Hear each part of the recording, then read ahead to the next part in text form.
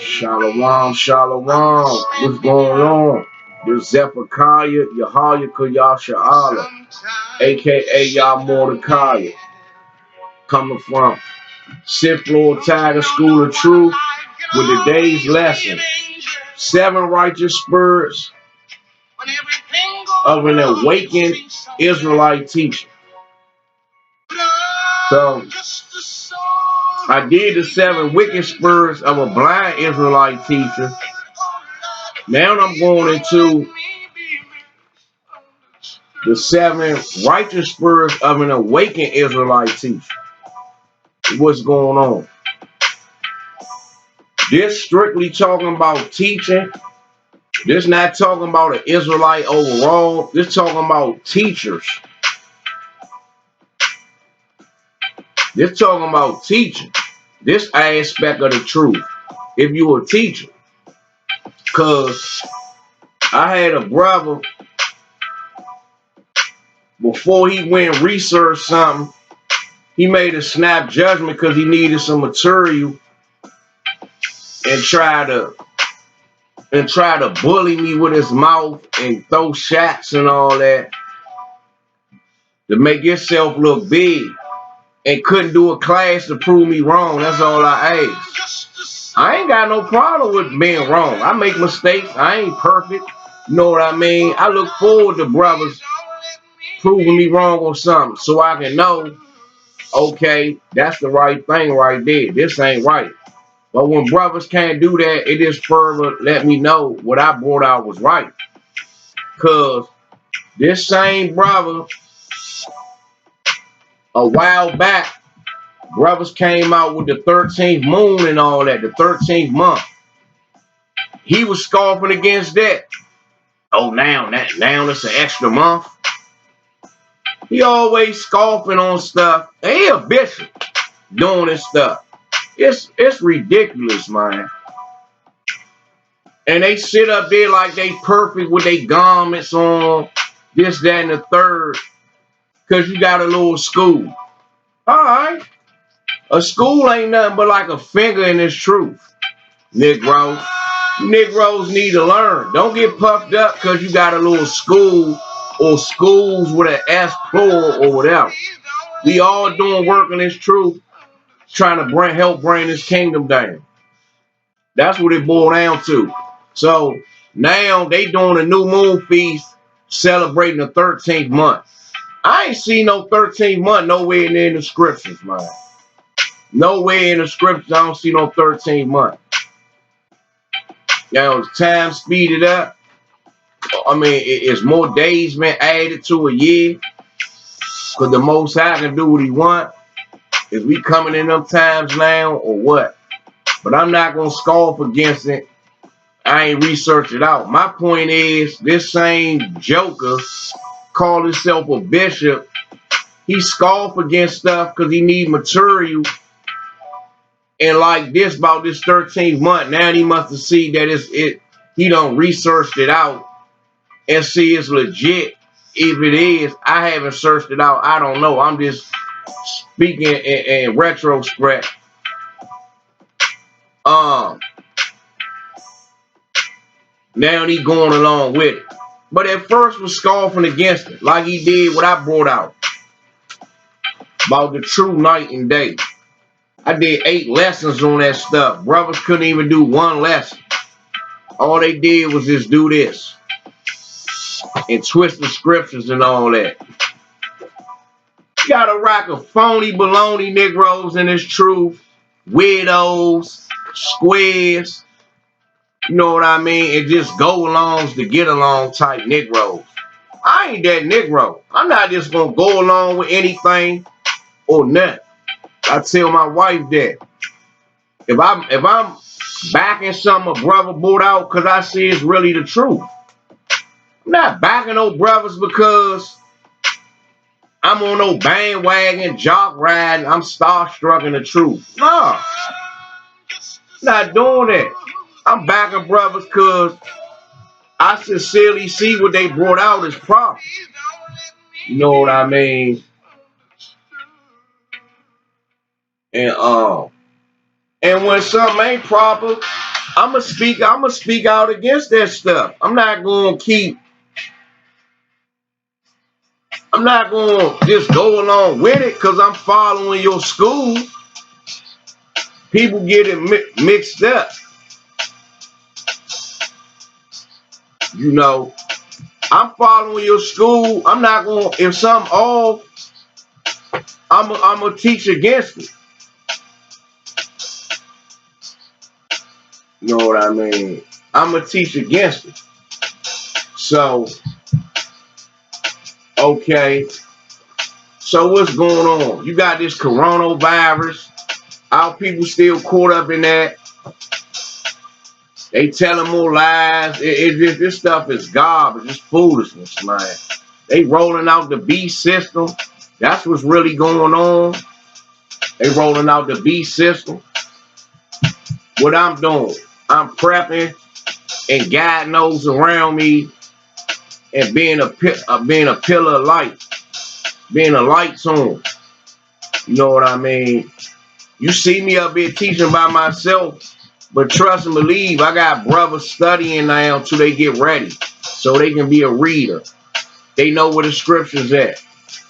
They understand they gotta grow some more. They sit in the classroom with me. You know what I mean? Trust and believe it. I'm not by myself. I'm not by myself. It look like that, but that ain't what's real. That ain't what's going on. I'm prepping, working on my growing, just working on all aspects of prepping. Trying to refine the land that I got at the moment. Working towards getting some more land. And just keep teaching this word regardless, man. I'm teaching this truth until I go on the grave to Yahweh. Pull my ghost out this shell. When my ghost leave this shell, then that's it for me. You know what I mean? But until then, I'm gonna keep teaching this truth. So what we got? We got we're gonna start off at the servant. We're gonna start off as servant. Humbly doing the work of Yah against all odds, not worrying about titles, operating under patience. So that's what I'm doing. I'm operating under patience in this truth. I don't care about brothers' titles. I don't care about how many schools they got. I don't care about their flashy garments, how many wives they got, whatever they got. That's what the Most High, the mission he got them on right now. My mission can change later, but right now, my ass in the classroom teach. I ain't do all this studying to be sitting at home doing nothing. And I'm homeschooling my children and all that. I got 2 children I'm homeschooling. And homeschooling my little cousin in the truth. And teaching other people around. I ain't prepping at the same time. I ain't worshiping the Most High. Let's go to books we using.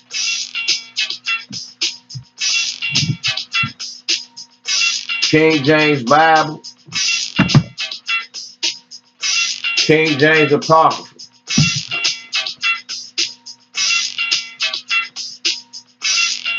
We're going to start off at 2 Maccabees chapter 1.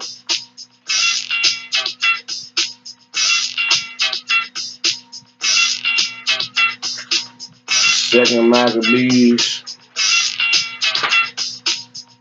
Trying to see, do I need some more light? Nah. Need no more light. Second Maccabees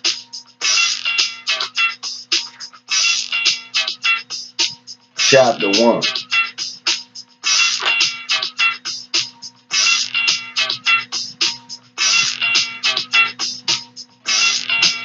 2 Maccabees chapter 1, verse 1.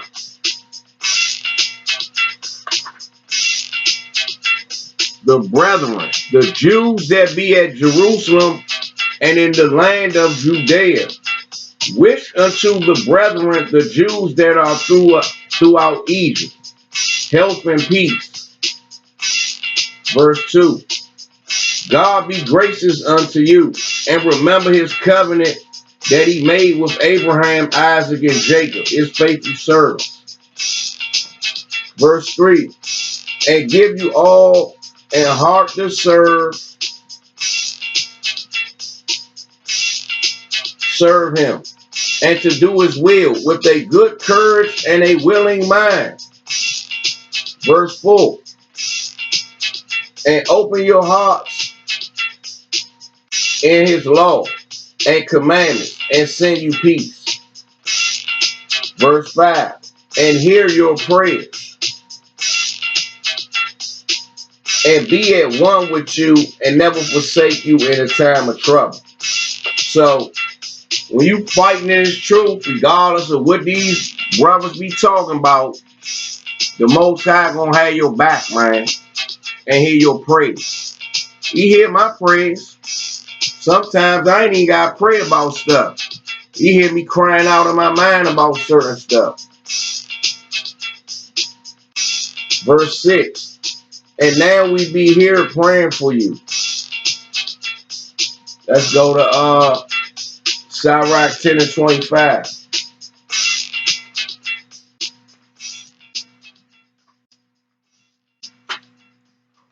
Sirach 10. Get paid up to 2 days early with direct deposit. Sirach 10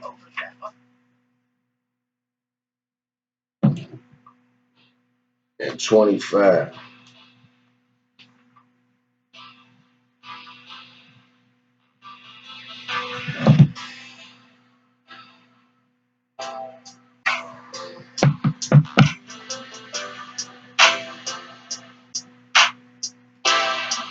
Sirach 10.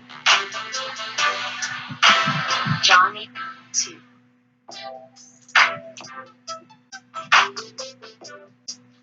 Sirach 10 and 25.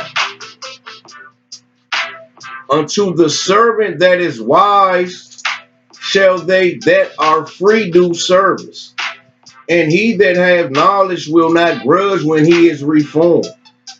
So Johnny, that's what we doing out here.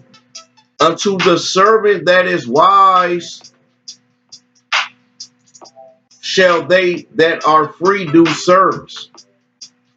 So I'm wise enough to know I need to be using my time to do service for the Most High. And what it say? And he that have knowledge will not grudge when he is reformed.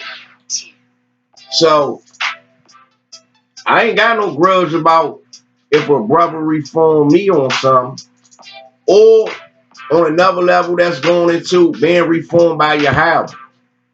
I ain't hold no grudge on being reformed in this truth about something. Verse 26, be not overwise in doing thy business. So, you know, a lot of brothers overwise. You overwise when you don't listen to a brother. When you don't take time out to search something out, what he brought out, you scoff against it. And you can be overwise, overdoing something. Like, you got some brothers, if they out on a Sabbath and they car break down, they run out of gas, they ain't gonna go get no gas because they spending money. Come on, man. That's being overwise, man. It's common sense. You need gas.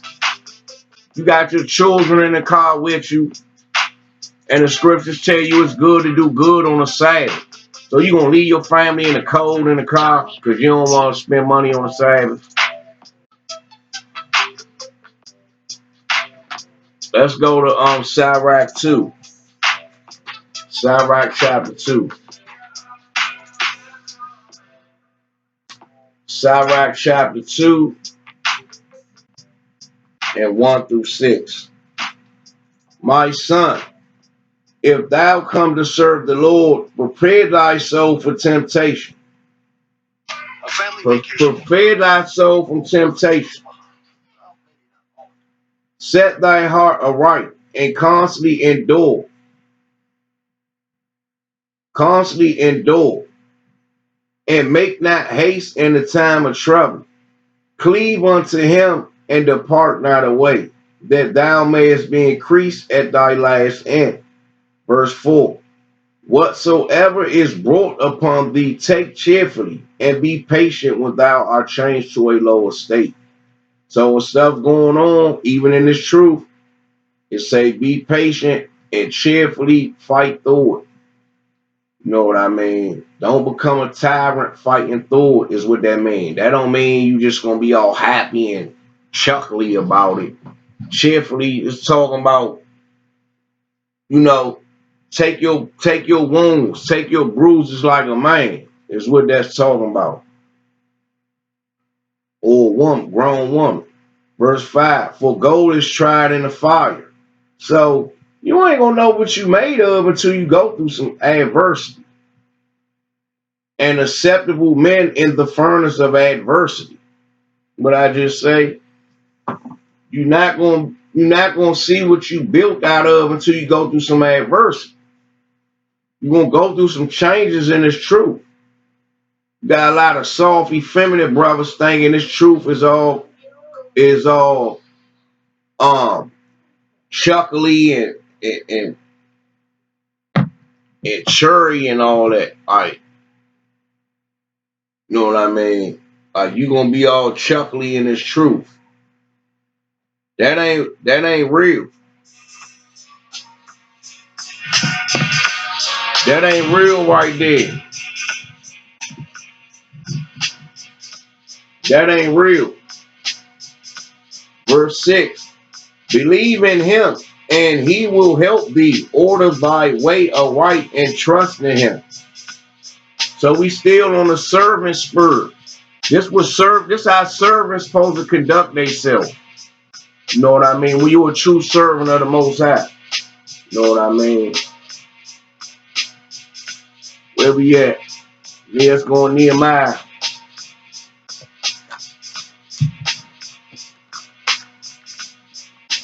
Nehemiah 8 and 2. Nehemiah 8 and 2. The 7 righteous spurs of an awakened Israelite teacher. This class is for teachers.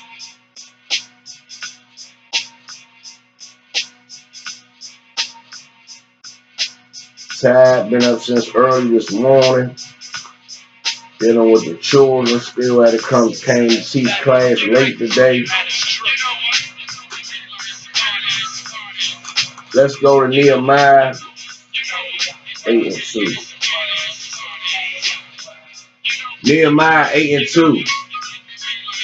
And Ezra the priest brought the law before the congregation, both of men and women, and all that could hear with understanding upon the first day of the 7th month. So Ezra, he brought that law in front of everybody. That's how a servant supposed to go. You ain't supposed to have no respect of persons. You supposed to bring that law out in front of man, woman, child, crowds, whatever. It's time. If it's on your spirit at the time, you will know it's time to bring that truth out. You can't get bashful and scared and afraid and don't bring the truth out. Let's go back to Sirach. Go back to Sirach. Sirach 10.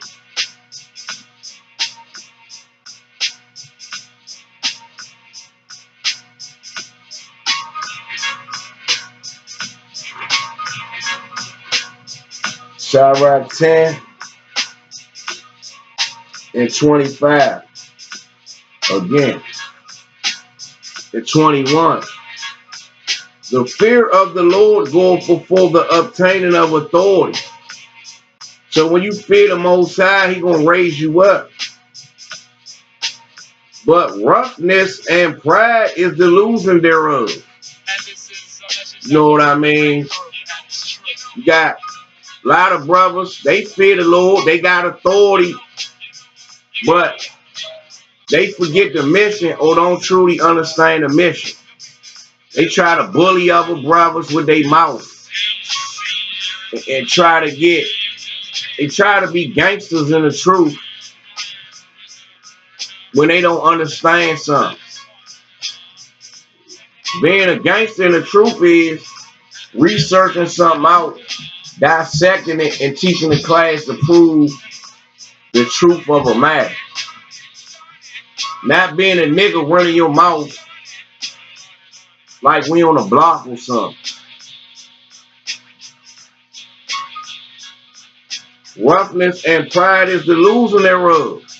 So, for instance, if I was following a brother or whatever, or a brother guidance or whatever, he done got puffed up and prideful because this little title and all that. And on top of it trying to be a bully. I'm not following. He done lost me. And they can sit up there and say they don't care and all that. Come on, man. Christ said he cared about losing one sheep. He said if he got 99 and one of them leave, he trying to go on back and get that one. You know what I mean? You know, brothers get prideful when thinking they school, the only school matter. You ain't with they school, they wicked, you wicked. They got 100% of the understanding. And when you can clearly see a lot of the stuff they teaching is off, and they land me backing off other brothers understanding, acting like they done discover something. Come on, man. Rocket, you brothers is see through, man. I ain't coming this truth to be dealing with no fake dude, no fake brothers. My email, like I keep saying, my email, lordpayne.ep@gmail.com. You know what I mean? Brother want to discuss anything with me, my line open. You know what I mean? I ain't no fake dude. I don't care if I don't agree with you. If I went at understanding you talk and I went at it like a warrior, you can hit me up that same day and need something from me, I'll give it to you. Or you want to chop it up, go over something, we can do that. I'm not taking this truth personal. You know what I mean? I'm just not going to put up with certain stuff, but that don't mean it's personal. It ain't personal. Spiritual warfare. 23. It is not meet to despise the poor man that have understanding. So you can say that's a literal poor man out there in the world that's poor with understanding. You hating on him. You got more than him and you hating on him. You despise him because of his wisdom or whatever. But in this truth, the poor man is the brother that got a small school, no school. He might be solo at the time, trying to build himself up, but got a lot of knowledge, wisdom, and understanding. Brothers despise that because they feel like they got a couple schools and the Most High blessing them with things that nobody can know more than them.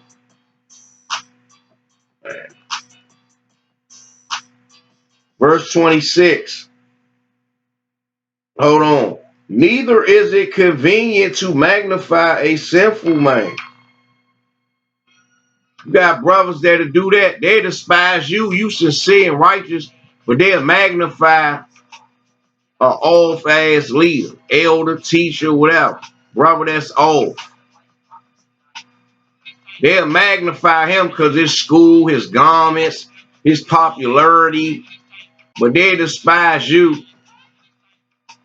You got a lot of starstruck groupies in this truth.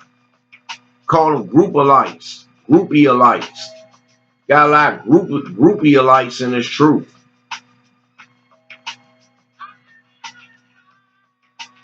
Verse 26. Already went over that. Be not overwise to do thy business, and boast not thyself in the time of distress. That boast not thyself in the time of distress. Distress is in the truth when you don't know something, but you still boasting and talking like a nigga when you don't understand something. You in distress about something came out you don't understand, but you still boasting and woofing like you the great wise man, but you in distress for real because you ain't got no understanding on something. But you trying to bully somebody with your mouth. That's what that's going into. 27. Better is he that laboreth and aboundeth in all things than he that boasteth himself and wanteth bread. You got brothers that say, better is he that laboreth, I'm laboring, and aboundeth in all things than he that boasteth himself and wanteth bread. I'm laboring and getting understanding in everything, any topic. I'm growing in it. I'm really searching this stuff out. You got some brothers, they boast with their chests out like they the all-seeing wise man, but still be wanting bread. That bread is breakdowns and secretly going on brothers' pages, getting breakdowns and learning from other brothers on the low, then coming back out with your chest out like you really did some research and discovered something when all you did was click on a video. Ain't nothing wrong with that though. But you got a lot of faker-lights in this truth. Faking like they not getting breakdowns from brothers, like they not still learning. If you ain't got this book mastered 100%, what is you still doing? You still learn. Let's go to Proverbs.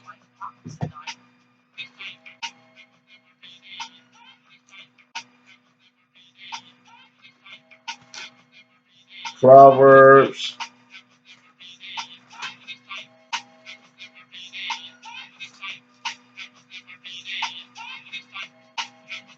Proverbs 18 and 9.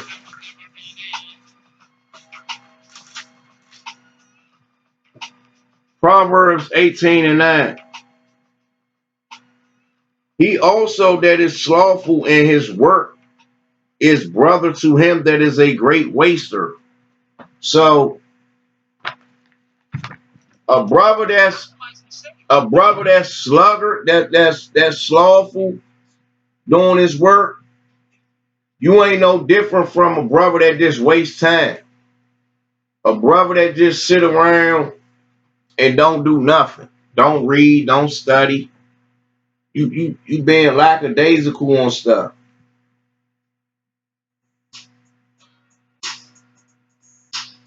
You know what I mean? It's the same thing. You's a great waster.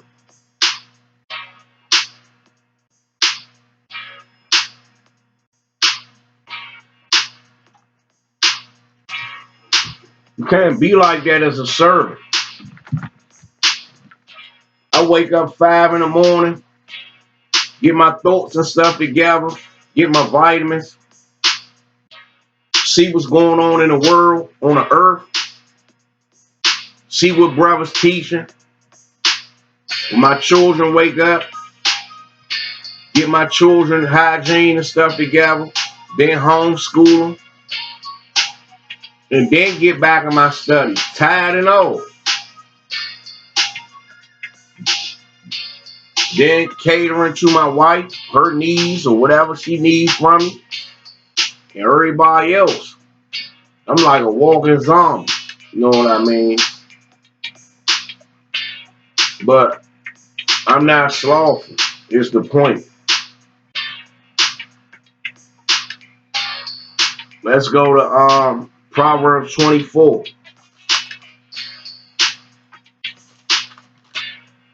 Proverbs 24 and 27.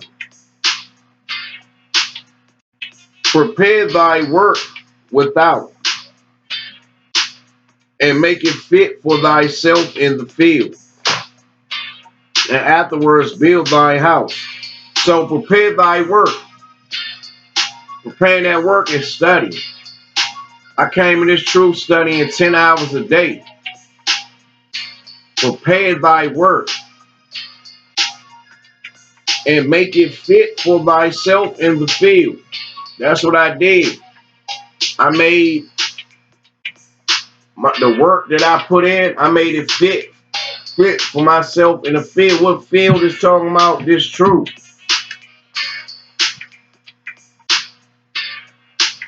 That's what I did.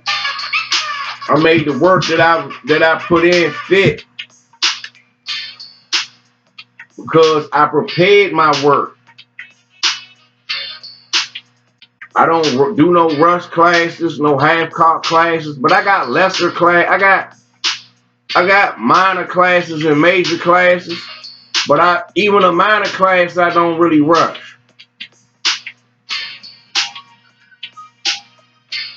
And afterwards, build thine house.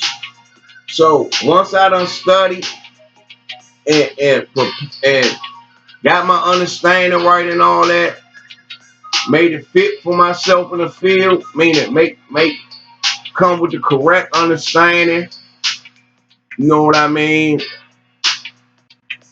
Make what I'm teaching work in its truth. To wake people up, to give people understanding on topics.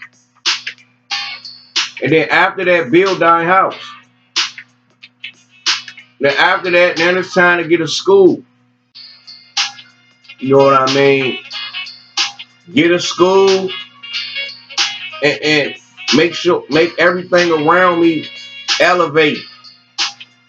That's considered your house. Anything that's attached to you is part of your house. Anything you dealing with on a regular basis is part of your house. You talking to your grandmother every day, she can live in another state. Every day on the phone, she part of your house. You go out back well, of course that's part of your house, but anything. It can be the guy that sleep outside. I'm making my business to go teach him every week.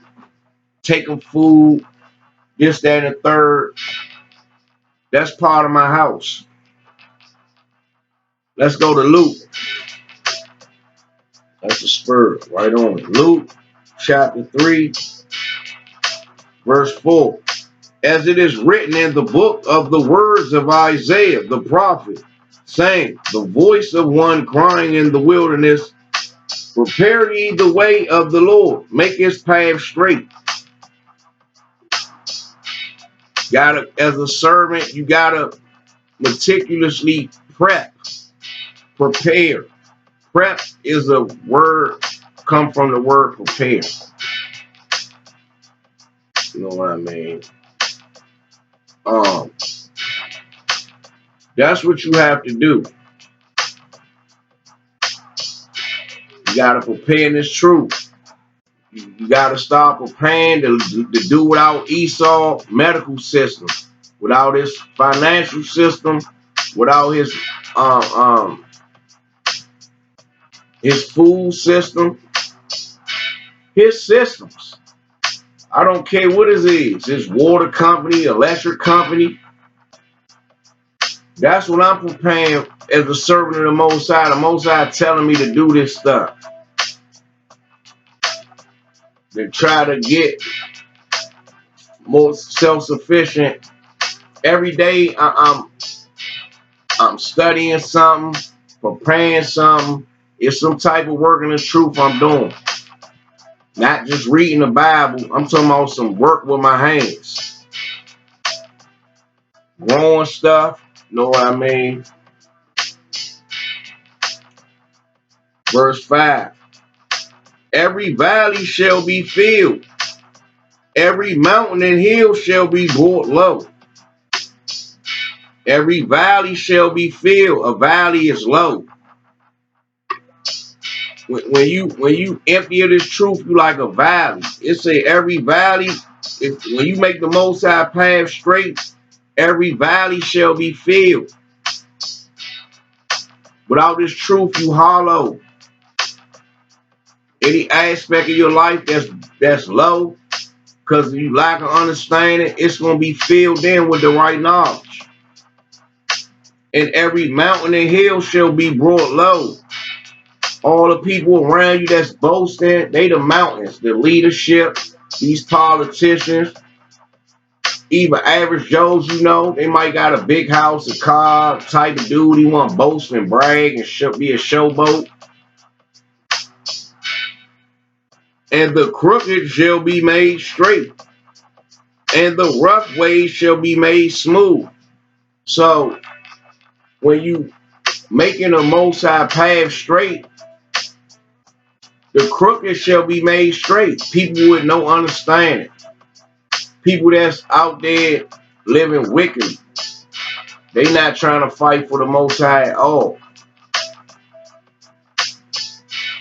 When you preparing in this truth and you constantly and you not being a sluggard, you gonna make a lot of people crooked ways straight. And the rough ways shall be made smooth. You know what I mean? A lot of things that was hard to you because you was going in the wrong direction, it's gonna be easy to you. You come in this truth, life get easier. It get better. It gets simpler. It's still a struggle and a battle because it's something new, and you got to change your whole life. But the roughness of trying to keep up with this kingdom, that gets smoothed out. People's attitudes and spirits get smoothed out, even your own, your woman.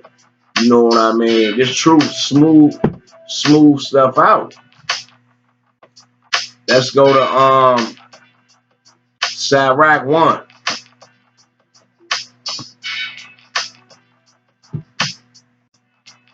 Sirach 1.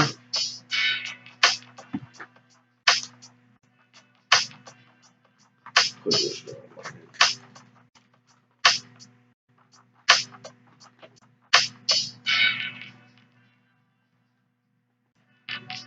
Try to do this. Sirach 1. That's alright. Put it right here. Sirach 1.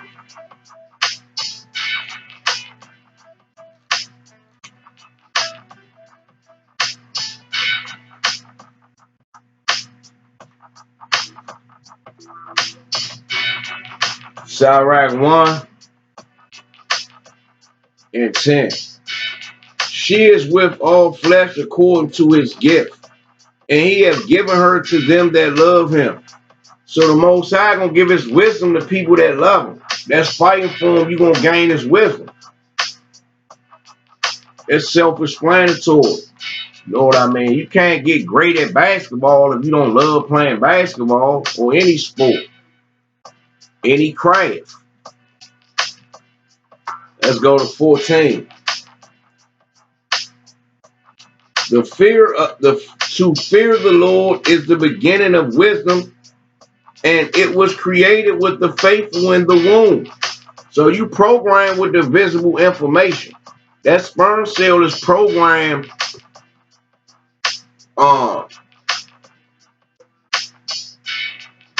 you program to be what you're gonna be.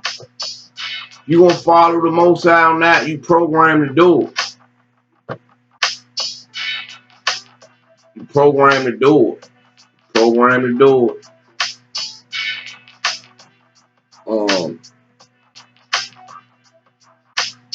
Go to 15.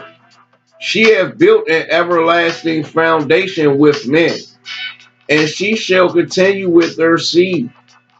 So the Most High wisdom gonna give you a foundation, and you gonna pass it down with your. It's gonna continue with your seed, like my son. I'm teaching them now this truth. You know what I mean?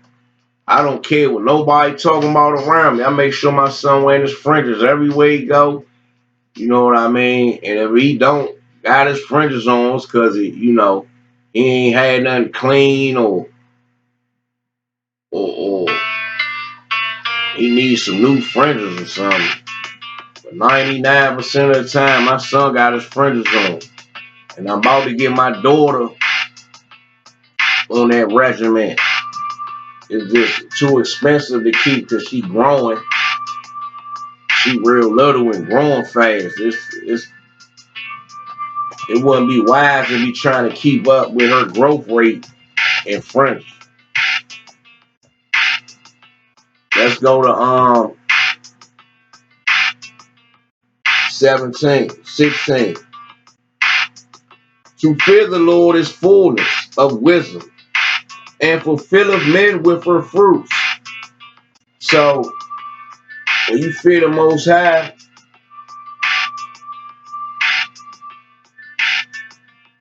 it's fullness of wisdom. As long as you fear the Most High, you striving, you studying, you researching, you meditating, and filleth men with her fruits. You're gonna get the fruits of wisdom, knowledge, and understanding. Let's go to 18. 17. She filleth all their house with things desirable, and the gardeners with her increase. Verse 18. The fear of the Lord is a crown of wisdom, making peace and perfect health to flourish, both which are the gifts of God, and it enlargeth their rejoicing that love him. So when you fear the Most High, that means you're going to be operating under the scriptures. You're going to be at peace and you're going to be in good health. You're not going to eat pork, crabs, lobster, shrimp. You're not going to smoke. You're not going to drink too excessive. You're not going to waste time getting in fights and this and that. It's going to be little stuff here and there, but 90% of your time is not involved in that type of stuff. Verse 19. Wisdom reigneth down skill, and knowledge of understanding, and exalteth them to honor that hold her fast. So when you're paying attention to the Most High wisdom and knowledge, and you hold on to it when you recognize it, you're going to exalt up. Your understanding going to grow. That's gonna, let's go to see, I missed something. Sirach 33.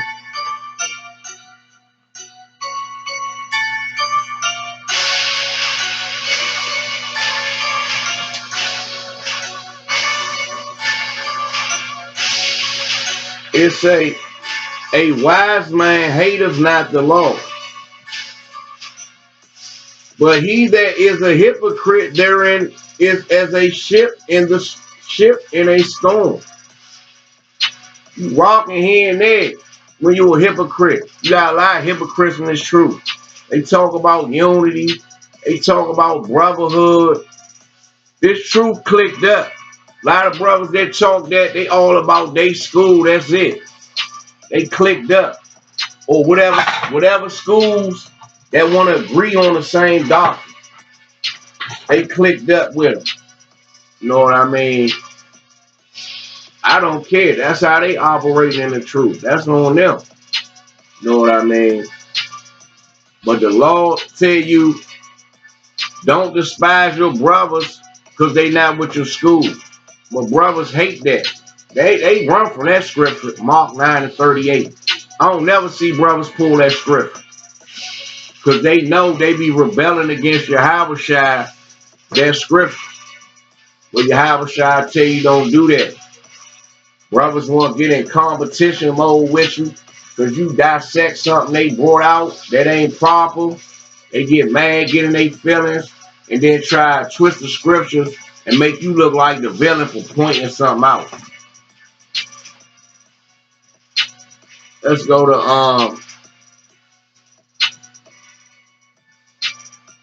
let's see, Sirach 33:2. Let's go to verse 3. A man of understanding trusteth in the law, and the law is faithful unto him as an oracle. So I'm going to trust that I follow this book 100% and fight to do it. What it say? It's going to be faithful unto me.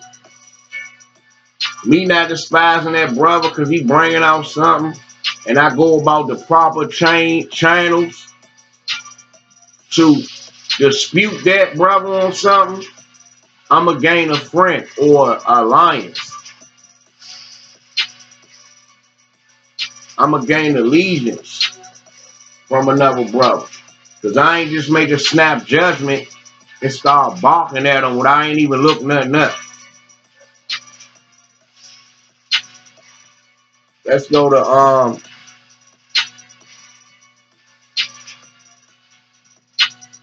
Proverbs 18:4. Yeah, let's go to Proverbs 18:4. It's side right one.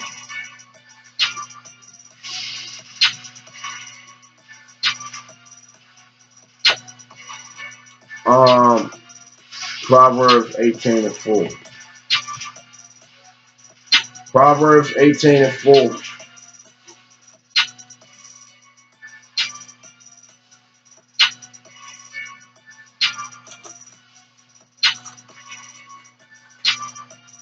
Proverbs 18, chapter 18, verse 4. The words of a man's mouth are as deep waters, and the wellspring of wisdom as a flowing brook. So that's a similitude, saying a man's mouth are as deep waters. We know water is going into doctrine. It's going into knowledge and all that. So how's your waters going to be deep? Your mouth. You can't be one dimensional in your teaching. You can't just be teaching on one.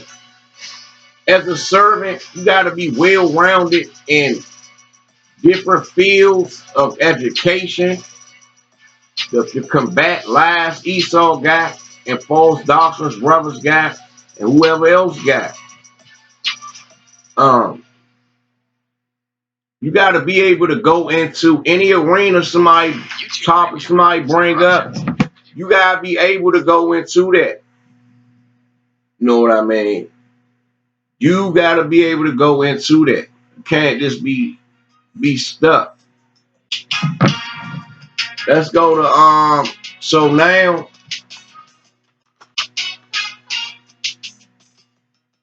did I do Proverbs 18:4?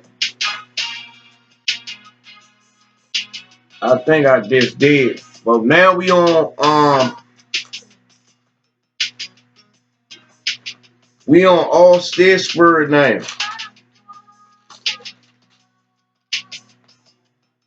We on all still spirit.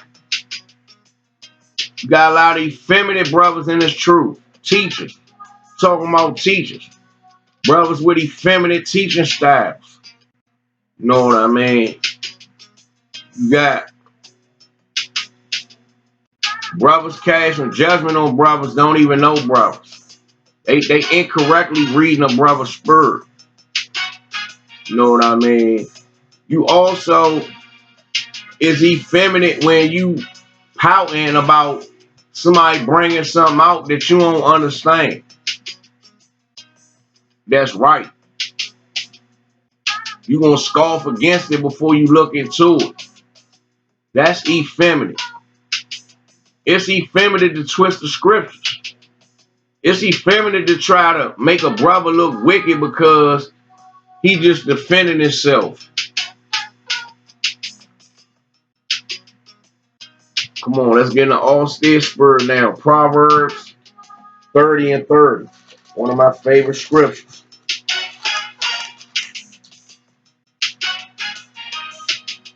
A lion which is strongest among beasts and turneth not away for any. Nah, I'm going to let brother bully me with his mouth. And turneth not away for any.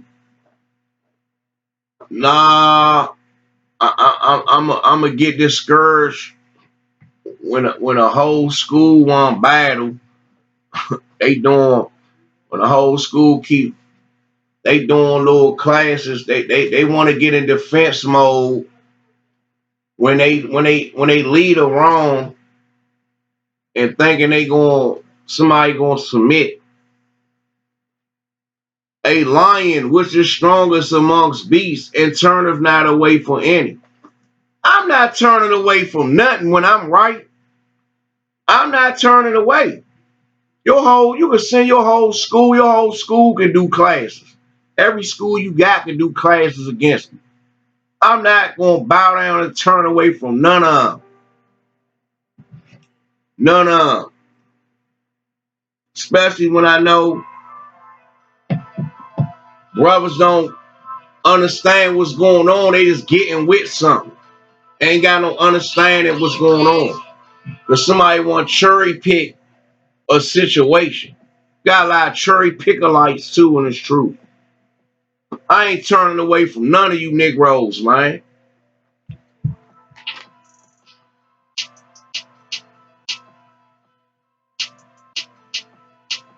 Especially, bro, you got a lot of brothers doing a rack of classes that don't even act like, come on, man, these doing rack of basic classes. You talk trash about somebody else's classes or try to like throw little subliminal shots, and you doing a lot of half-court classes, a lot of basic one-dimensional classes.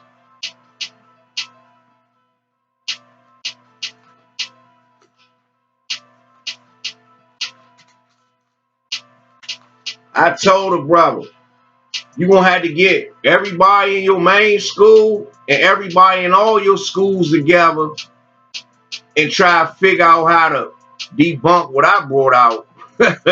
But you can't. All 5 of your schools or how many schools you got, you add them all up, put all your heads together and try to do a class. Instead of doing that, what brothers do, they want to jump in something and come on, man, throw they little subliminals looking foolish, man. Come on, man. I ain't backing down from none of that stuff. I keep notes on everything. And I ain't calling nobody names out. Brothers ain't even worth me calling their names out no more. Call your school, none of that. Stuff ain't even on my level. But you want to get addressed, you're going to get addressed righteously through the scriptures. Luke 11 and 21. When a strong man armed keepeth his palace, his goods are at peace. What's that strong man? A servant in his truth. A warrior in his truth is the strong man. Keepeth his palace. I'm going to keep my position. My school is my training store. My school is not no building. This classroom ain't no school. I call it the classroom. But the school is up here.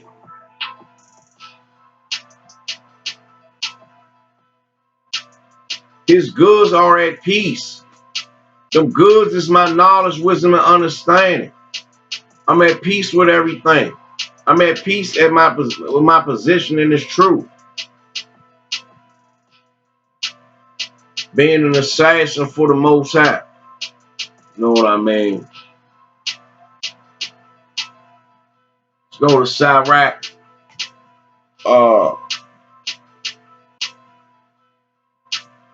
3 and 18.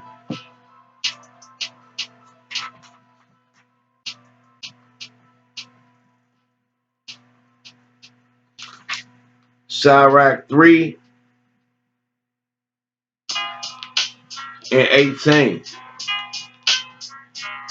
The greater thou art, the more humble thyself, and thou shalt find favor before the Lord. You know what I mean? I ain't never been no advantage taking and all that. I'm not going to try to bully no brothers, no younger brothers in the truth with my mouth because of my status, my title, my prestige. I'm not going to act preeminent. When I talk to my little cousin on the phone, we going over the scriptures, we equals. You know what I mean? Far as how I converse with them, how I communicate with them. At no time do I communicate like I'm over them or none of that. You know what I mean? But if you looking up to me on that. Verse 19. Many are in a high place, sitting in seats, puffed up, and of renown. They known, they schools known, all over YouTube. But mysteries are revealed unto the meek. A lot of them brothers sitting in them seats be doing a lot of this. They ain't wise as they think. They fool a lot of these youngins and these babes in the truth. They convince them these all wise elders and all that. They know everything. And I be saying it. They come with that, and then stuff they've been teaching that was off, they try to slide back out with the right understanding. But they were scoffing against a brother who had the right understanding. 20. For the power of the Lord is great, and he is honored of the lowly. You know what I mean? The Most High ain't tripping off your title, your how many schools you got, none of that. He want this truth, his real truth to come out. He want all Esau lies to be killed. You got brothers trying to make you teach certain stuff. Don't teach against Esau science. Don't focus on, they just want you to just get on Eve about everything. What they got to do with your household. Negro, it's more to this truth than just worrying about Eve. Eve getting hers. Eve got brothers attacking her from all angles about her wicked ass. You know what I mean? Esau the main culprit in all this, and he lying about everything, especially his science.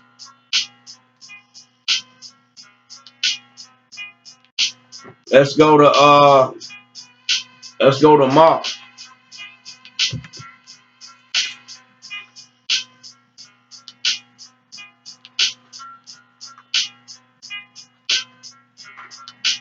Mark 3.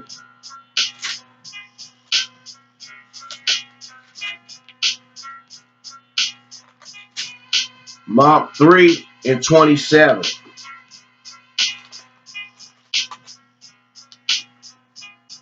No man can enter into a strong man's house and spoil his goods, except he will first bind the strong man, and then he will spoil his house.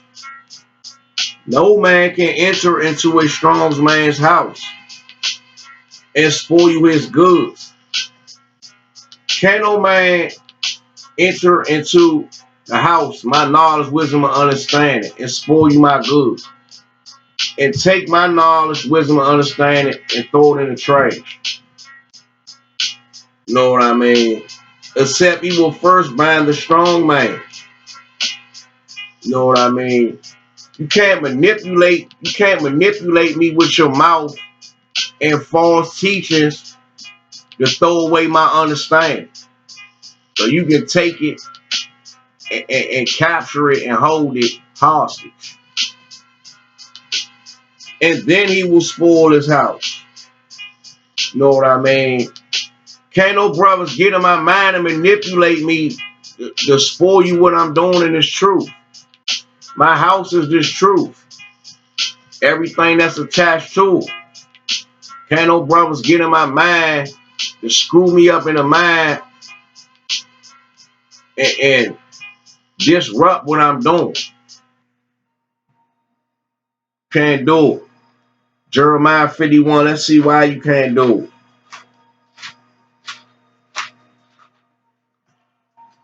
Jeremiah 51. Jeremiah 51 and 20. Thou art my battle axe. Nah, I'm a little switchblade. Thou art my battle axe and weapons of war.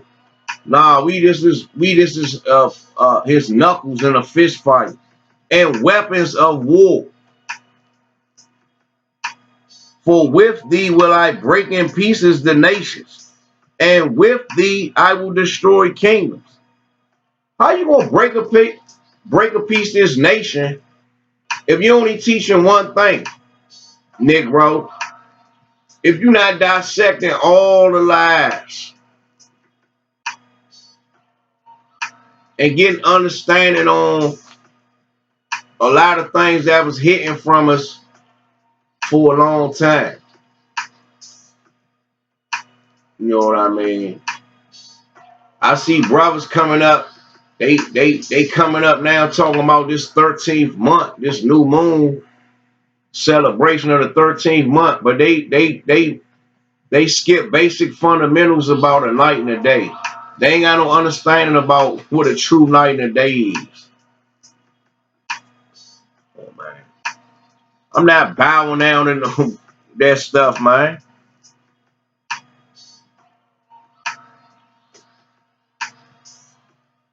It's other false doctrines brothers teaching, man. I'm not bowing down to none of that stuff. A lot of these camps got heathens in their camps. I'm not bowing down to that either. Because that chop mix people mind up when you hear brothers say blacks, Hispanics, and Native Indians. That's all one thing. The Negroes is the original Hispanics and original Indians. And we know we the blacks. You got 3 different types of Indians.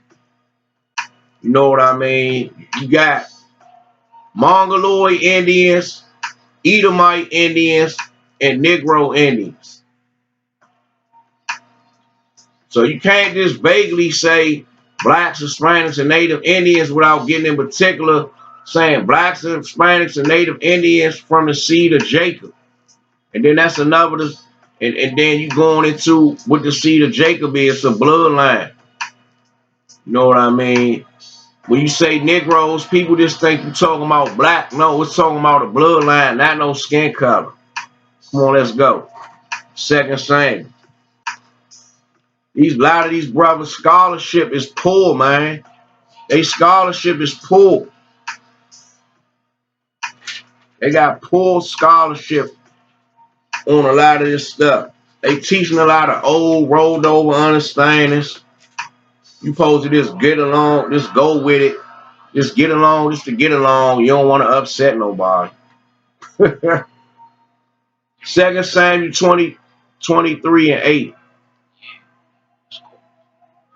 These be the names of the mighty men whom David had. The Tachmonite that sat in the sea. Chief among the captains, the same was Adino, the Esnite, He lifted up his spear against 800, whom he slew at one time. Come on, man. David and them was warriors, man. That's how I'm going. I'm not bowing down my understanding because of Esau kingdom. He got all these educational systems everywhere. His propaganda, his media, his news. He pumping 24/7. What David, man, do? He lifted up his spear against 800. That's how I'm in his truth. I'm battling all Esau lies, all his establishments, everything. That's what I'm doing in his truth. You know what I mean? And if I got battle a school in his truth, teaching a false doctrine, I don't care how many classes they got coming out. I battle all of it. First Chronicles 11 and 11. I'm all about teaching the right thing. I ain't about this fairy tale truth where everything all cushy and mushy and just all about being soft and lovey-dovey. Nah, about being real. If a brother off, I'ma say something. If you teaching something that's off, I'ma say something. You come at me wrong, I'ma say something. Not bowing down to none of that stuff. Care nothing about your title, your position, how many schools you got. That go for anybody. I'm on a mission. Doing the most high work. That's what I'm doing. I'm on a mission. It's like brothers, they on a mission, I'm on a mission. Stay out my way. You know what I mean? If you righteously come at me, then all right, I can deal. But if you wrong, unrighteously come at me, I can't deal. And I'm going to get in warrior mode on whoever. I don't care what school, who you is in this truth. I'm not starstruck in this truth. I'm not. First Chronicles chapter 11, verse 1. Then all Israel gathered themselves to David unto Hebron, saying, Behold, we are thy bone and thy flesh. And moreover, in the time past, even when Saul was king, thou was he that led us out and brought us in Israel. And the Lord thy God said unto thee, Thou shalt feed my people Israel, and thou shalt be ruler over my people. So that's what our mission is, to feed our people the truth. I don't care what it's about. And it say ruler over my people. It's time for us to take authority positions over the knowledge that's being circulating and chop the heads off a lot of these lies and go at this stuff hard. Verse 3, therefore came all the elders of Israel to the king to Hebron, and David made it convenient with them in Hebron before the Lord. And they anointed David king over Israel according to the word of the Lord by Samuel. Verse 4. And David and all Israel went to Jerusalem, which is Jebus, where the Jebusites were the inhabitants of the land. And the inhabitants of Jebus said to David, Thou shalt come hither. Nevertheless, David took the castle of Zion, which is the city of David. And David said, Whosoever smiteth the Jebusites first shall be chief and captain. So Joab, the son of Zeruiah, went first up and was chief. And David dwelt in the castle. Therefore, they called it the city of David. Verse 8. And he built the city round about, even from Milo round about. And Joab repaired the rest of the city. So David waxed greater and greater, for the Lord of hosts was with him. Verse 10. These also are the chief of the mighty men whom David had, who strengthened themselves with him in his kingdom, and with all Israel to make him king, according to the word of the Lord concerning Israel. So He had men rolling with him that's going to battle with him regardless. They won't worry about no titles and all that. Being no yes men and all that. And this is the number of the mighty men whom David had. Jeshubim and Hatchu and Hatchmonite. The chief of the captains, he lift up his spear against 300. Slain by him at one time. That's how this truth going out. You can shut down a lot of 300 stations, news cycles teaching a false doctrine. You can kill all that shit in one class. That spear is one class. Go to 1 Kings. We still on all-steel spur. Spur number 2. Gotta have an all-steel spur in this truth. This truth ain't gonna be cushy. Everybody not gonna get along about everything. You know what I mean? You gotta recognize your role and your mission and fulfill that. And don't let none of these puffed up Pharisees stir you in the wrong direction. Because you tunnel vision looking at fame and the truth. So when one of these Pharisees come at you, instead of you going back in your studies to see, is this Negro off? What he telling me? You just going along with it. So you wind up letting them shut you down. You know what I mean? And that go with anything. Esau, his little tricks he got with him, these pastors, and brothers and females in this truth. I ain't letting nothing stop me in this truth. I'm going at anything. That's all. My wife, my children, people around me, brothers in this truth, Pastor Pork Chop, Esau, everything. And myself too.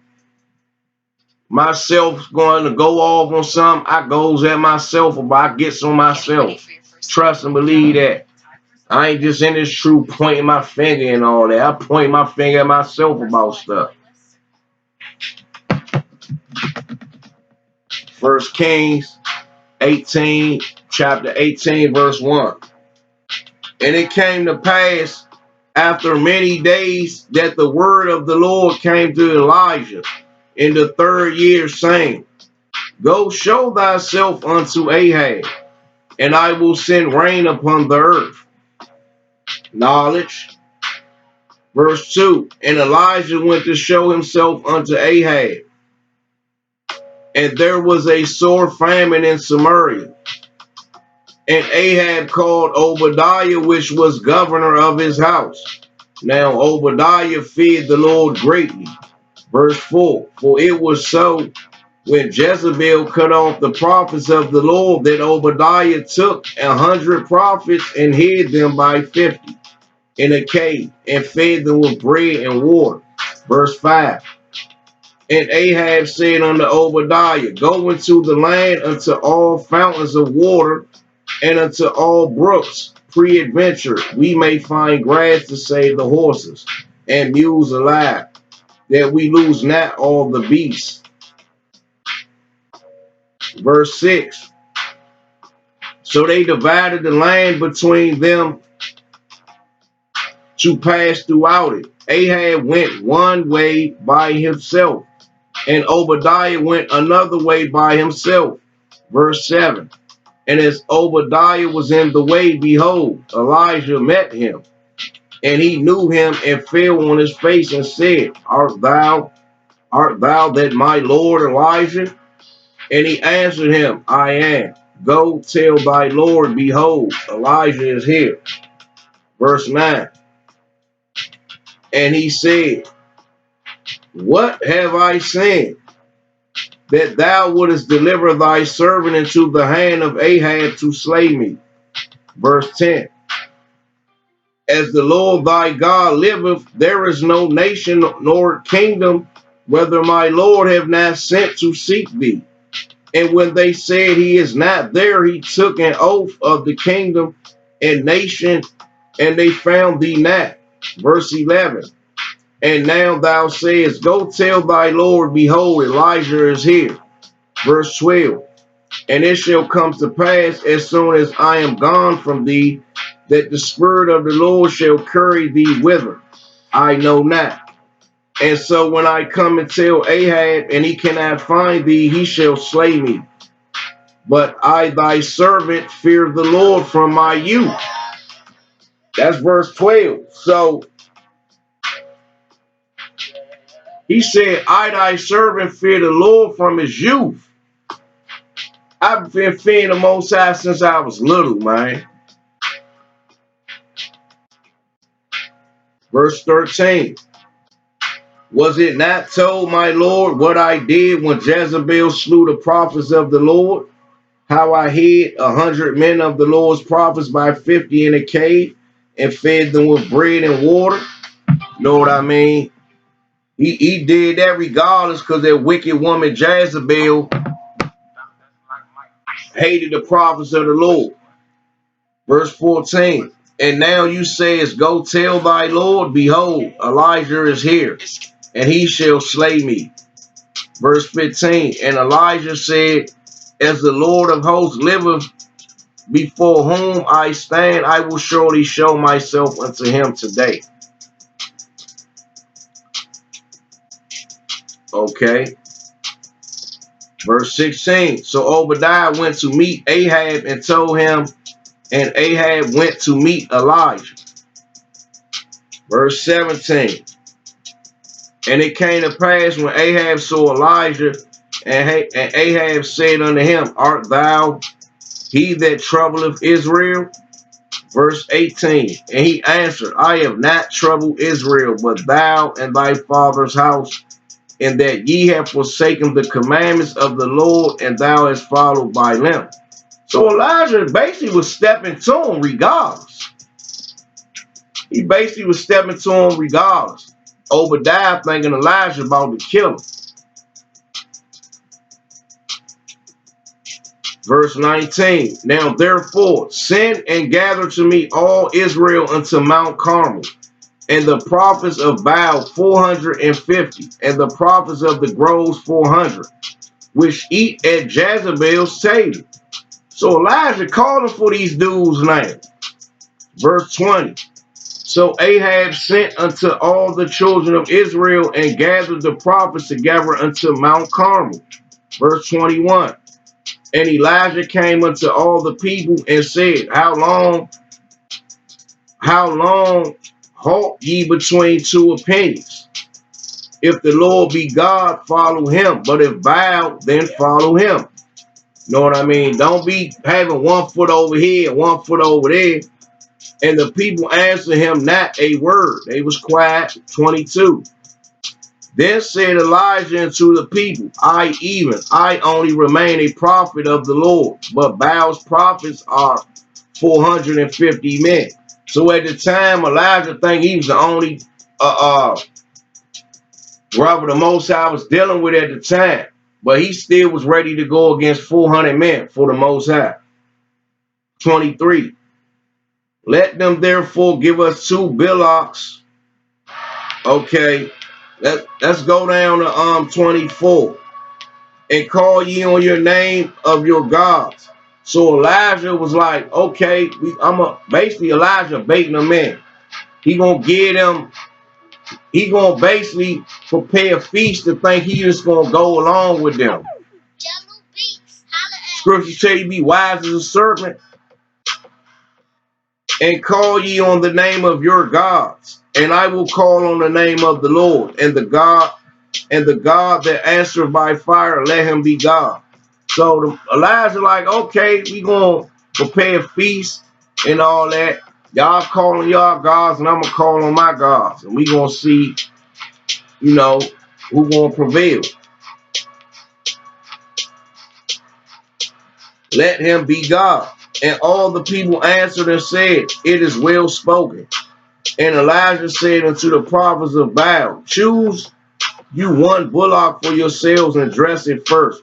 So Elijah letting them get stuff prepared. Let's go down. And they took the bullock which was given them, and they dressed it, and called on the name of Baal from morning, evening until noon, saying, O Baal, hear us. But there was no voice, nor any that answered. And they leaped upon the altar which was made. 27. And it came to pass at noon that Elijah mocked them and said, Cry aloud, for he is a God. Either he is talking, or he is pursuing, or he is in journey or pre-adventure. He sleepeth and must be awakened. So Elijah was clowning these people at this point. Verse 28. And they cried aloud and cut themselves after their manner with knives and lances till the blood gushed out upon them. 29. And it came to pass they was losing their mind, praying to this false God for help, to show us, to reveal itself. And it came to pass when midday was past, and they prophesied until the time of the offering of evening sacrifice, that there was neither voice nor any to answer, nor any that regarded. Verse 30. And Elijah said unto all the people, Come near unto me. And all the people came near unto him, and he repaired the altar of the Lord that was broken down. And Elijah took 12 stones, according to the number of the tribes of the sons of Jacob, unto whom the word of the Lord came, saying, Israel shall be thy name. Let's keep going. He built the altar. Keep going down. 37. Hear me, O Lord, hear me, that this people may know that thou art the Lord God, and thou hast turned their heart back again. 38. Then the fire of the Lord fell and consumed the burnt sacrifice, and the wood, and the stones, and the dust, and licked up the water that was in the trench. 39. And when all the people saw it, they fell on their faces, and they said, The Lord, he is the God. The Lord, he is the God. So Elijah prevailed. He showed that they God was a false God, and that the Most High Yahweh was true living God. Verse 40. And Elijah said unto them, Take the prophets of Baal, let not one of them escape. And they took them, and Elijah brought them down to the brook Kishon, and slew them there. Man, Elijah killed all 400 of them. He killed all of them. That's how hard he went. He killed all them false prophets. Killed all of them. So that was all still spirit. Now let's go to laboring meditation spirit. You gotta labor in your mind in this truth. You gotta labor in your mind in this truth. Constantly meditating in the truth about the work and study it takes to be proficient. To have some type of, you gotta be efficient. Okay. Laboring meditation spirit. I'm always laboring in this truth in my mind.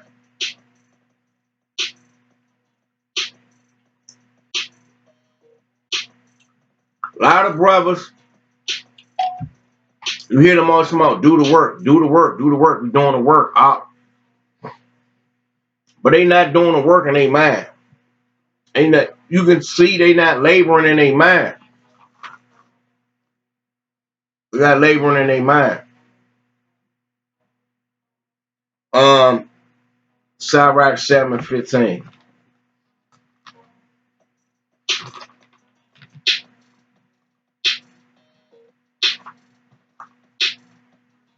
There's levels to this truth, understanding this truth. And you got to meditate to unlock them levels. Sirach 7. and 15. Hate not laborer's work, neither husbandry, which the Most High have ordained. You can't hate, man, laborer's work. You see a brother putting in work, not only do he do a class, he multiply that class. He break one class down into lessons. He ain't just do no one little class and that's it. Put the class up on the shelf. All right, next class. No, he do that class and expound on it week after week. He take one class out 2 months to break that stuff all the way down here. That's scientific. Breaking that thing down to a science. That take laborer's work in your mind to do that. The Most High ordained us to labor in our mind. You can't hate a brother you can see laboring in his mind. How he raising a bar on understanding on stuff. Or unlocking levels of stuff, discovering stuff. Can't hate that. You got brothers, you got elders. They hate when a brother bring out something they don't understand. You got a lot of elders, they got that street nigga. They got a nigga mentality, try to make you look like the nigga, but they the nigga. They got that jealousy, envy, hating nigga spirit on them. And it's truth. Telling you, Israel, don't get fooled when you come to the truth by garments and schools. You better sit back and study. Study to yourself 5 years, studying schools, studying camp, schools, whatever you want to call them, what they teaching, everything. Keep yourself at least 5 years before you think about even joining somebody or whatever. And if the Most High put it on your spirit to start your own thing, do that. Don't let nobody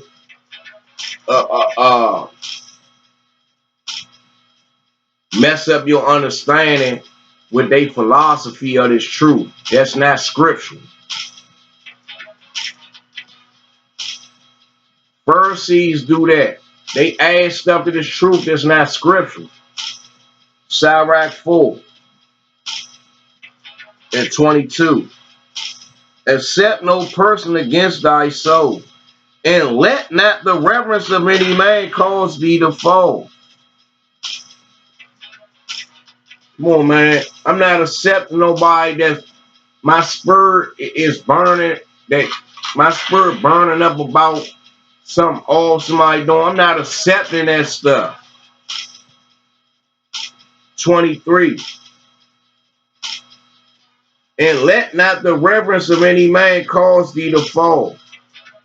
I don't care about your position, none of that stuff. It's not going to cause me to fall. Because you got schools or school, a title, this and that. It's not going to cause me to fall.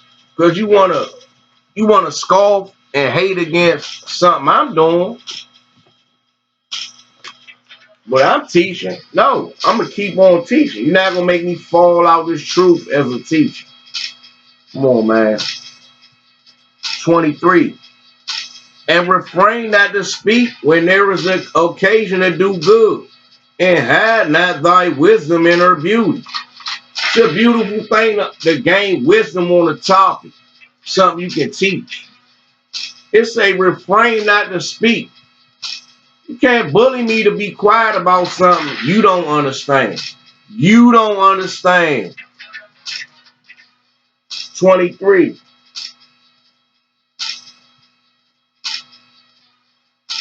24. For by speech wisdom shall be known. How can you share wisdom if you're not teaching it and learning by the word of the tongue? How can people learn something if you're not teaching it? 25. In no wise speak against the truth. Don't hate against something you see as the truth or potentially could be the truth before you research it. But be abashed of the error of thy ignorance. You should be abashed of the error of your ignorance. You know what I mean? Acknowledge when you was ignorant, when you didn't know something.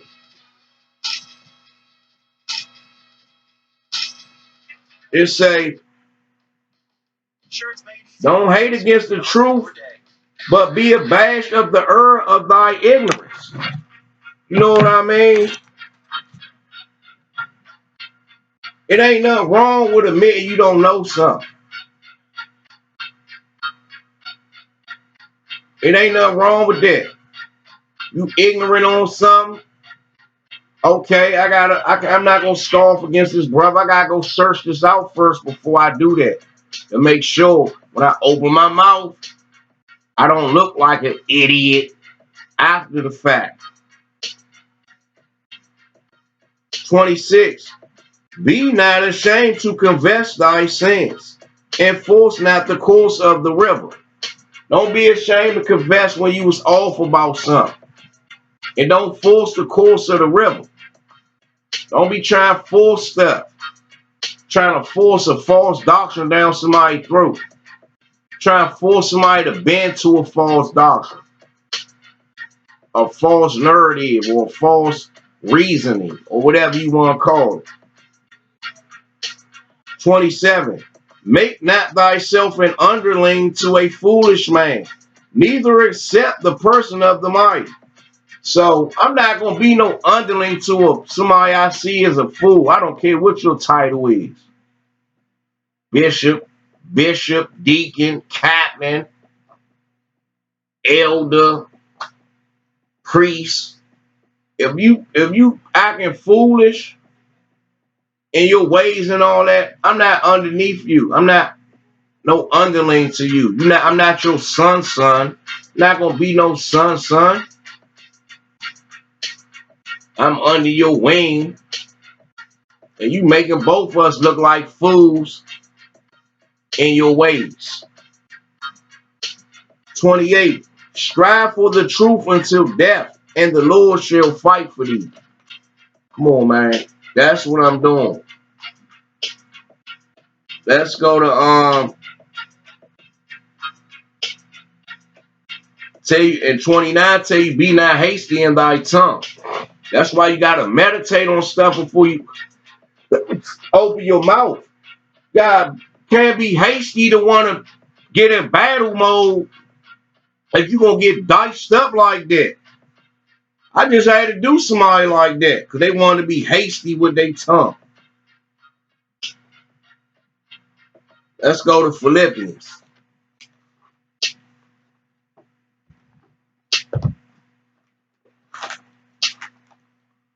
We on labor and meditation spirit, Philippians 2 and 3.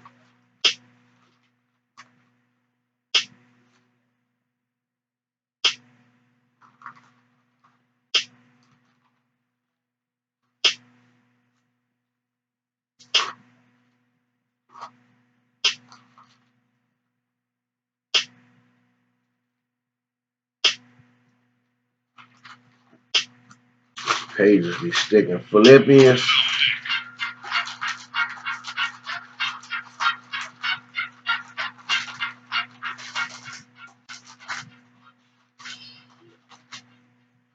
Philippians 2 and 3. Let nothing be done through strife or vainglory, but in lowliness of mind let each esteem other better than themselves. That's how you supposed to operate. You ain't supposed to be operating. You rush to go teach a class out of strife or vainglory before you research something out. That's strife. You don't research nothing out. You just press to go scoff at something.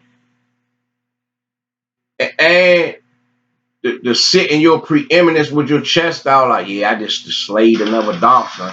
And you off his head. You know what I mean? That's the vainglory right there. But in lowliness of mind, man, let me go search this out. Make sure the brother right. I ain't gonna say nothing yet. I'm gonna go research it. And when I research it, then if it's right, I'm gonna give the brothers props. If it's wrong, I'm going to attack it and destroy it because it's false. Let each esteem other better than themselves. Yeah, my brother so-and-so, you know what I mean? He doing the work, or he doing, I seen the class he brought out. I ain't looked into it yet. But yeah, keep doing the work, brother. You know what I mean? The most I need brothers like you and his truth. These brothers puffed up, man. They want all the glory, all the recognition, everything. Everything. Let's go to Titus. Let's go to Titus 2.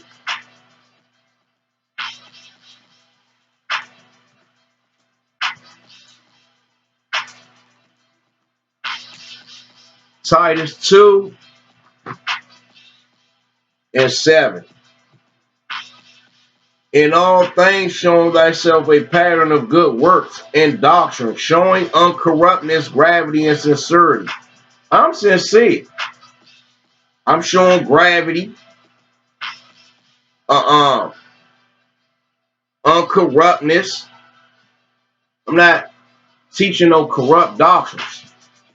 I'm sincere about what I'm teaching and gravity. You know what I mean? There's force behind what I'm teaching. Verse 8. Sound speech that cannot be condemned. Come on, man. I ain't got to go into it, man. You got bishops sitting in their seats talking like a nigga in the street because they can't prove something. Sound speech that cannot be condemned. I ain't even got to go over it. Sound speech that cannot be condemned. That he that is of the contrary part may be ashamed, having no evil thing to say of you. When you talking to somebody that ain't even in his truth, they can't say nothing evil on you. The contrary part. That could be somebody that's in the truth or somebody that's not in the truth. Contrary mean, okay, if you teaching this, if I'm not believing in that, I'm contrary to that because I'm teaching something that's contrary to what they teach. But I ain't got nothing bad to say against the brother because he's sincere about what he bringing out and how he approaching what I'm bringing out. The brother being sincere about it. I can't condemn what he talking about. Come on, let's keep going. Joshua 1 and 8.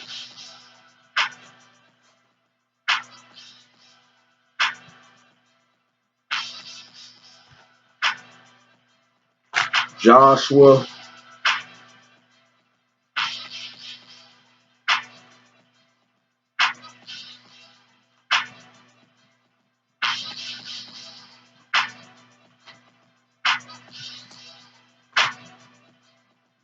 1 and 8.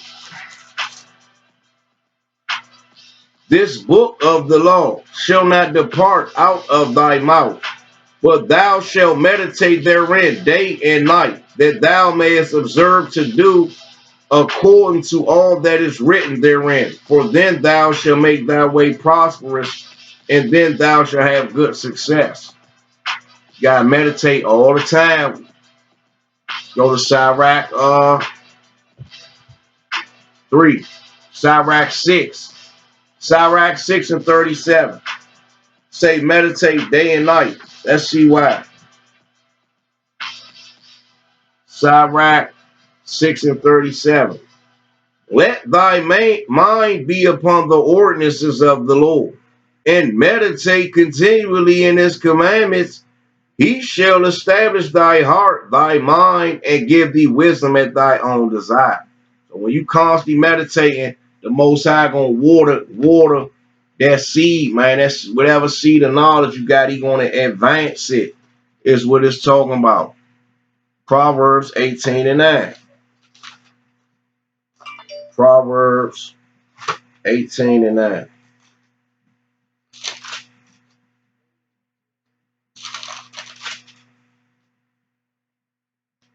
He also that is slothful in his work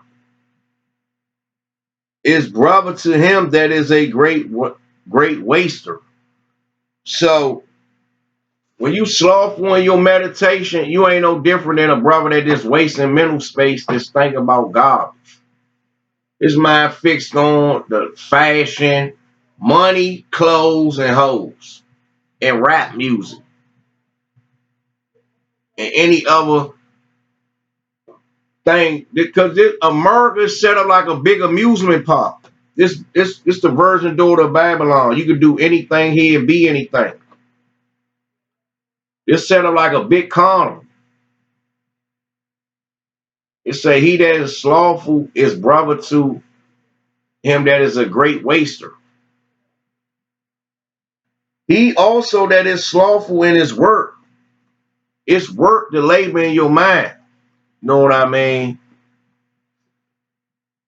It's work to labor in your mind.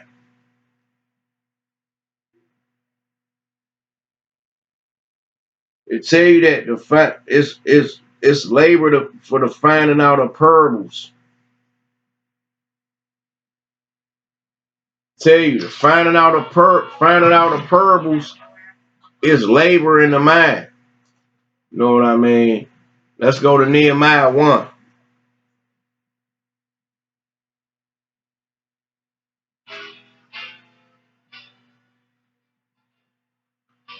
Nehemiah chapter 1. It's a labor and meditation spirit.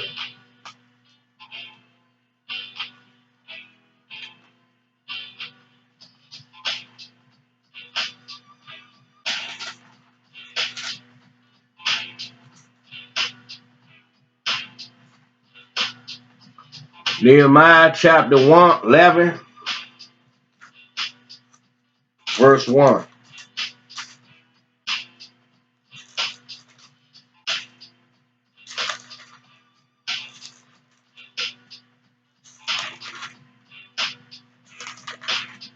Nehemiah chapter 11, verse 1. Where am I at? Nehemiah. Oh, no, this is Nehemiah chapter 1. Nehemiah chapter 1, verse 1. 1 through 11. The words of Nehemiah, the son of Hatchaliah,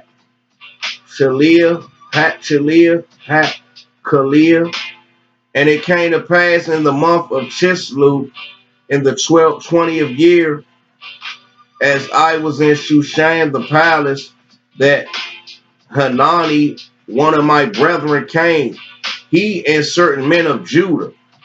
And I asked them concerning the Jews that had escaped, which were left of the captivity, and concerning Jerusalem. Verse 3.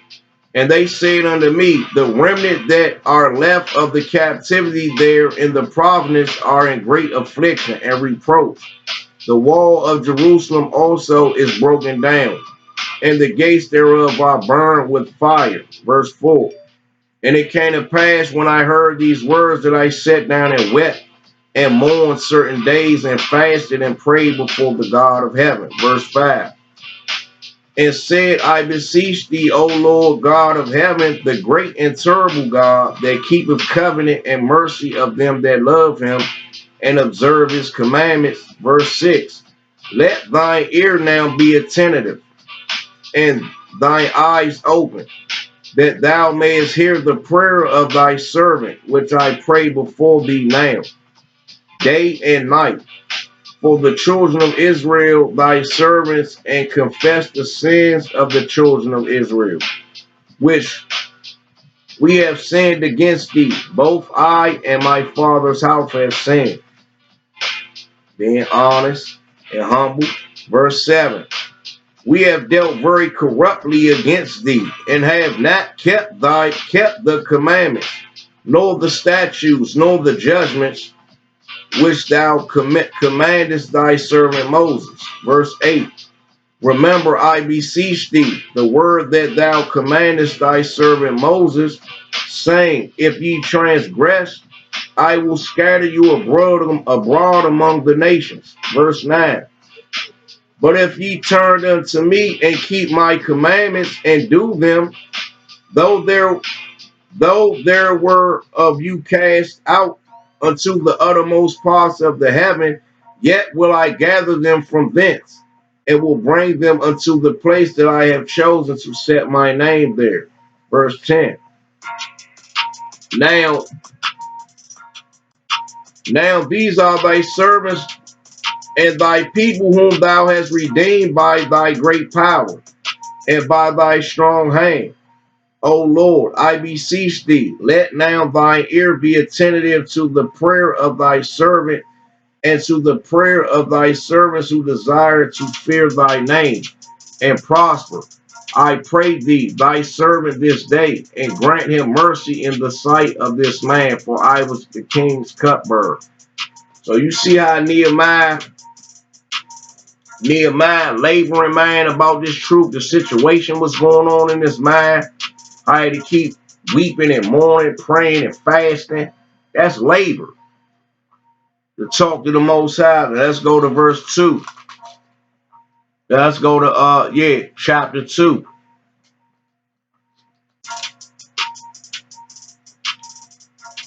So, and it came to pass in the month Nisan in the 20th year of Xerxes the king, that wine was brought before him. And I took up the wine and gave it unto the king. Now I had not been before time sad in his presence. Wherefore the king said unto me, why is thy countenance sad, saying thou art not sick? This is nothing else but sorrow of heart. Then I was very sore afraid, and said unto the king, let the king live forever. Why should not my countenance be sad, when the city, the place of my fathers, spelchers lieth waste, and the gates thereof are consumed with fire? Then the king said unto me, for what dost thou make request? So I prayed to the God of heaven, and I said unto the king, if it please the king, and if thy servant found favor in thy sight, that thou wouldest send me into Judah, into the city of my father Spelchus, that I may build it. And the king said unto me, the queen also sitting by him, for how long shall thy journey be? And when thou return, so it pleased the king to send me, and I set him a time.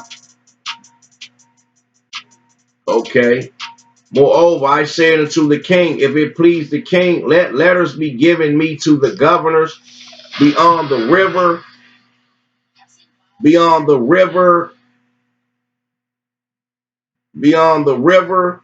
that they may convey me over.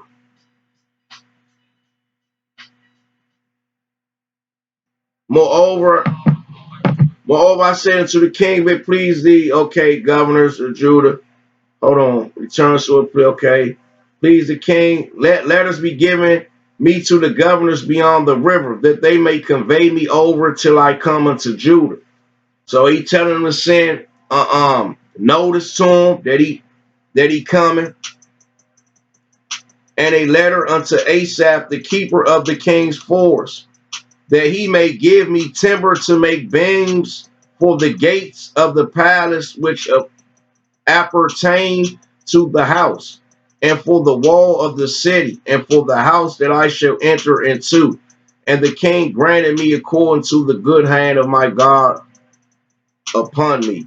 So Nehemiah laboring, he just was laboring over here when he found the situation, praying, fasting, crying, mourning about the stuff. Now he putting the work in. He did the spiritual work over here. Now he doing the physical work, sending letters out, trying to get supplies and all that. Verse 9. Then I came to the governors beyond the river and gave them the king's letters. Now the king has sent captains of the army and horsemen with me. Let's go down. So I came, verse 11. So I came to Jerusalem and was there 3 days. And I arose in the night, and some few men with me. Neither told I any man what my God had put in my heart to do at Jerusalem. Neither was there any beast with me, save the beast that I rode upon. Verse 13, and I went out by night by the gate of the valley, even before the dragon well, into the dung port, and viewed the walls of Jerusalem, which were broken down, and the gates thereof were consumed with fire. So this man was meditating on how he was going to rebuild on walls. You know what I mean? Now he went back into meditation mode. Let's jump down to 18. Then I told them of the hand of my God, which was good upon me. Hold on, let's go up. Let's go back up. 14. Then I went on the gate of the fountain into the king's pool, but there was no place for the beast that was under me to pass. 15. Then went I up in the night by the brook and viewed the wall and turned back and entered by the gate of the valley and so returned. Now he's sizing everything up. 16. And the rulers knew not whither I went or what I did. Now this man being stealth. Neither had I as yet told it to the Jews, nor to the priests, nor to the nobles, nor to the rulers, nor to the rest that did the work. 17. Then said I unto them, ye see the distress that we are in, how Jerusalem lieth waste, and the gates thereof are burned with fire. Come and let us build up the wall of Jerusalem, that we may be no more reproached. Then I told them the hand of my God which was good upon me, as also the king's words that he had spoken unto me. And they said, let us rise up and build. So they strengthened their hands for this good work. But then Sanballat the Horonite, and Tobiah the servant, the Ammonite, and Geshem the Arabian heard it. They laughed us to scorn and despised us and said, what is this thing that ye do? Will ye rebel against the king? Verse 20, then answered I them and said unto them, the God of heaven, he will prosper us. Therefore, we his servants will arise and build, but ye have no portion, no right, no memorial in Jerusalem. So man, Nehemiah was like, bump all that. That man, he seen what was going on. He cried, he meditated on it, did all the spiritual work, then started doing the physical work, got the king to send for tools and stuff he needed, and hands to help. And they trying to discourage him and all that. And he basically like, bump all that. The Most High got me doing a mission. Y'all can laugh and all that one. Y'all ain't got nothing to do with this. Basically what Nehemiah told him. So that's the end of the laboring meditation spirit. That man went through all odds to get that done for the Most High. Let's go to Nehemiah 8:1. Now this is the integration in the true spirit.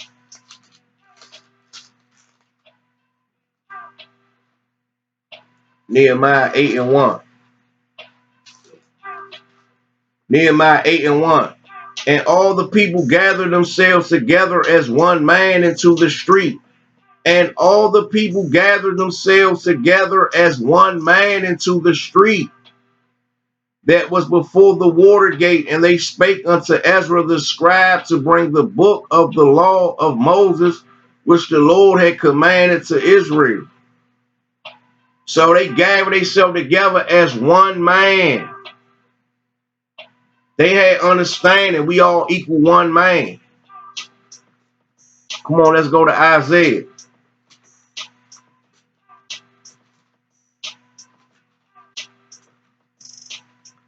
Isaiah 54. Isaiah 54:14. In righteousness shalt thou be established. Thou shalt be far more oppression, for thou shalt not fear, and from terror, for it shall not come near thee. Not being afraid, man. We keep going. Zephaniah 2:1. Gather yourselves together, O nation not desired. Judges 20:11. This is the integration in the true spirit. Regardless of what's going on, I'm going to integrate with my brothers. They can hate me, whatever. I'm still trying to get up with brothers. Still willing to work with brothers or whatever. That's what that spirit is. Because you see the mission, the bigger picture. Judges 20:1 and 11. So all the men of Israel were gathered against the city, knit together as one man. See that? Let's go to 1 Corinthians 12. I ain't gonna be able to go through all of it.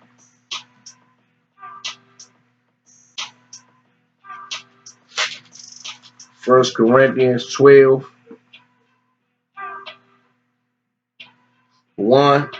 Now concerning spiritual gifts, brethren, I will not have you ignorant. Verse 4. Now there are diversities of gifts, but the same spirit. So everybody gonna have their own gifts, everything, but it's the same spirit though. We on the same mission, supposed to be. Know what I mean? But brothers will hate you because you got a different gift than they got. Thinking because they ain't got a certain gift, you ain't in the truth or something.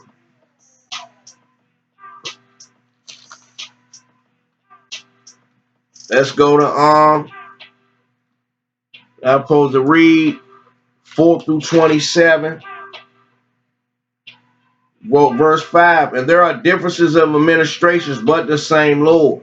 Verse 6, and there are diversities of operations, but it is the same God which worketh in all. Verse 7, but the manifestation of the Spirit is given to every man to profit with it. You know what I mean? You're going to profit whatever gifts you got under the same Spirit.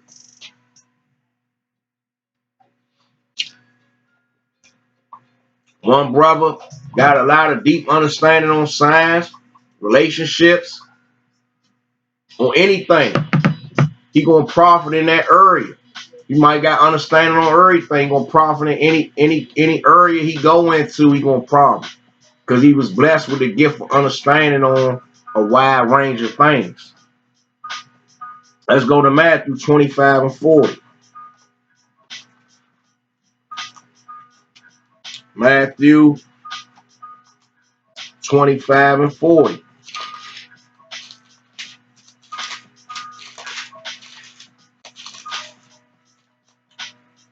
St. Matthew 25 and 40. And the king shall answer and say unto them, verily I say unto you, insomuch as ye have done it unto one of the least of these my brethren, ye have done it to me. So brothers try to cast away somebody that seem like they ain't that important in the truth because they ain't got no big flashy school and all that. Yahweh Shai said, you do that to him, you doing that to me. You mess with one of my least popular servants, you messing with me. But these brothers don't care in the truth because that's what they do. It's a popularity contest and it's true. They clicked up. It's a popularity clicked up contest. Let's go to Ephesians 4.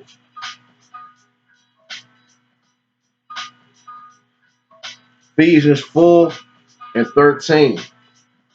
Till we all come in the unity of the faith and of the knowledge of the Son of God unto a perfect man, unto the measure of the stature of the fullness of Yahweh. That's what we supposed to be doing. You know what I mean? Come in unity under the faith. Let's go to Proverbs 11 and 14. Proverbs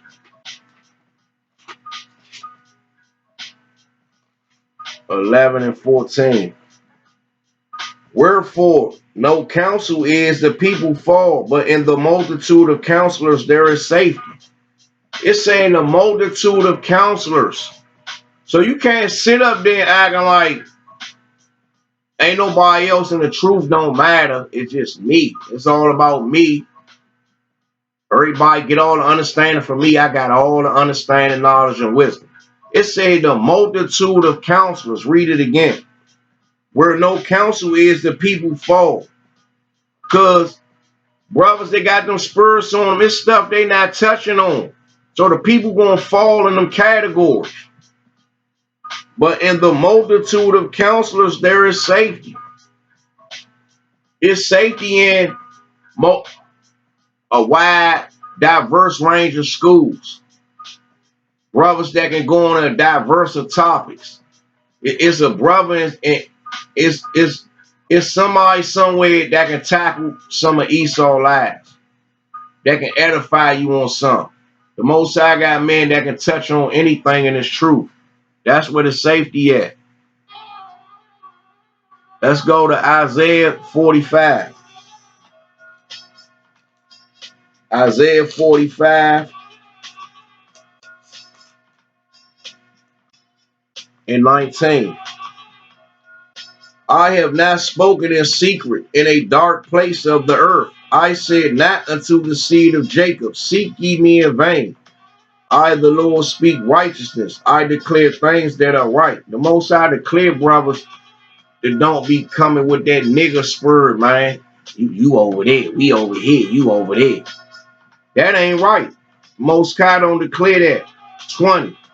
Assemble yourselves and come. That just don't mean your school. Assemble yourselves and come. Draw near together, ye that are escaped of the nations. They have no knowledge that set up the wood of their graven image and pray unto a God that cannot save. 21. Tell ye and bring them near. Our people that ain't got no understanding of certain things. The Most High said, tell ye and bring them near. Yea, let them take counsel together, who have declared this from ancient time, who have told it from that time. Have not I the Lord, and there is no God else beside me. A just God and a Savior, there is none beside me. The Most High saying, man, put this truth out here, man. As many people as you can, no matter what. Let's go to Sirach 17. Sirach 17. Sirach 17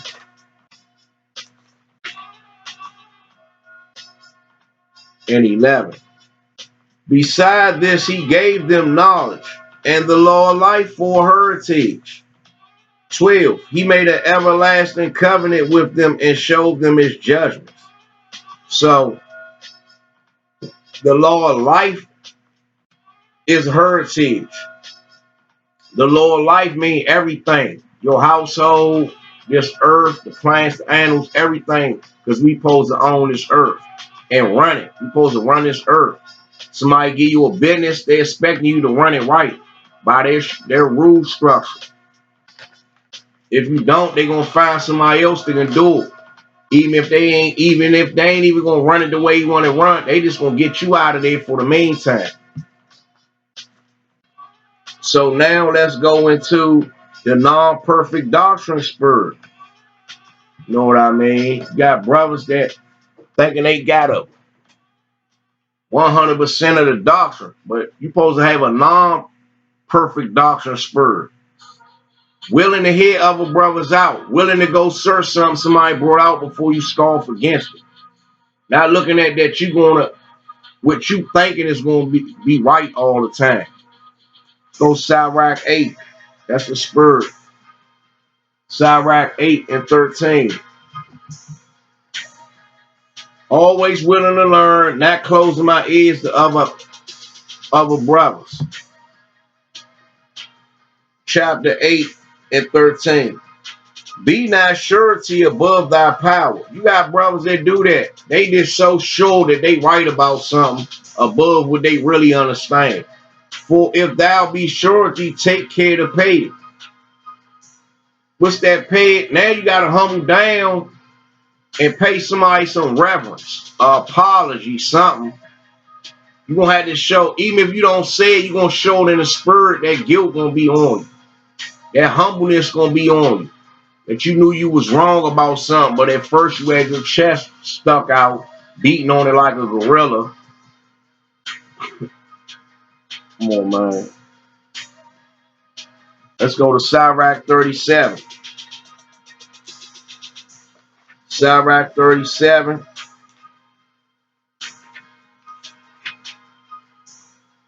Sirach 37 and 14. For a man's mind is sometime one to tell him more than 7 watchmen that sit above in a high tower. That's all you got. You know what I mean? You can't be like that. Sometimes your mind probably trying to make you make a snap judgment on something. Your mind want to know something. You don't really got the full understanding on something. You might have an inkling, but your mind want to make you know more than other brothers that really got understanding on the topic.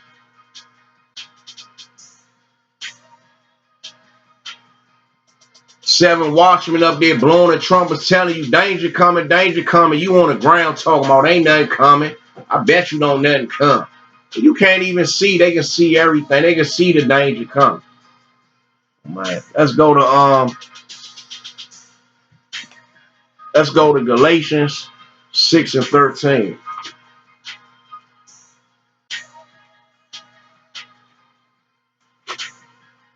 Galatians 6 and 13.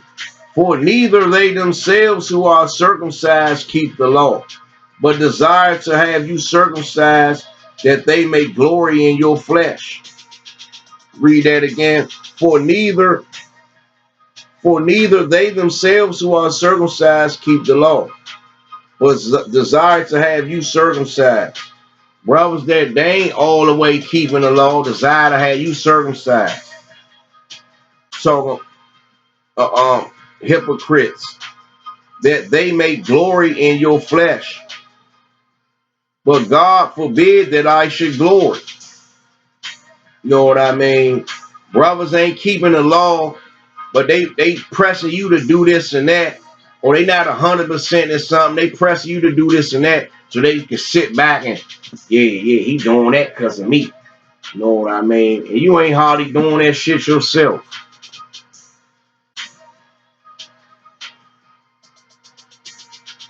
Let's go to 1 Corinthians 13 and 9.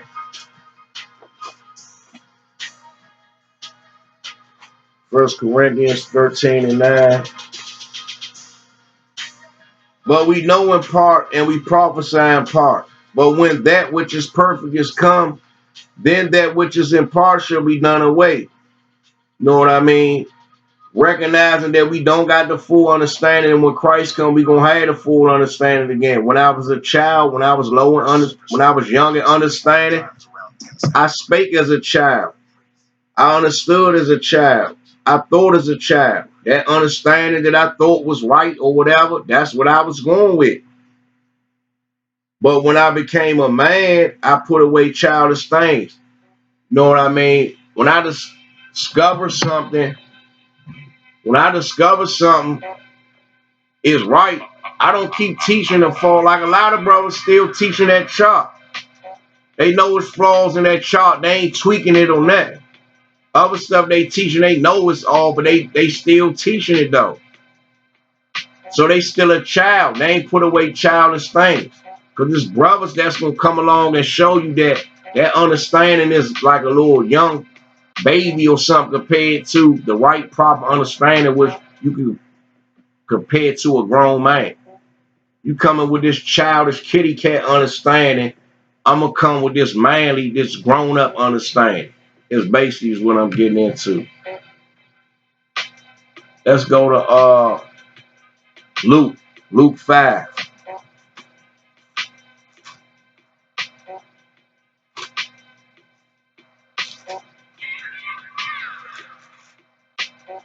Luke 5 Luke 5:17. And it came to pass on a certain day, as he was teaching, that there were Pharisees and doctors of law sitting by, which were come out of every town of Galilee and Judea and Jerusalem, and the power of the Lord was present to heal them. You know what I mean? They was humbled down. Let's go to Luke 2. They was sitting by trying to hate Christ. Even the Pharisees were sitting there trying to hate.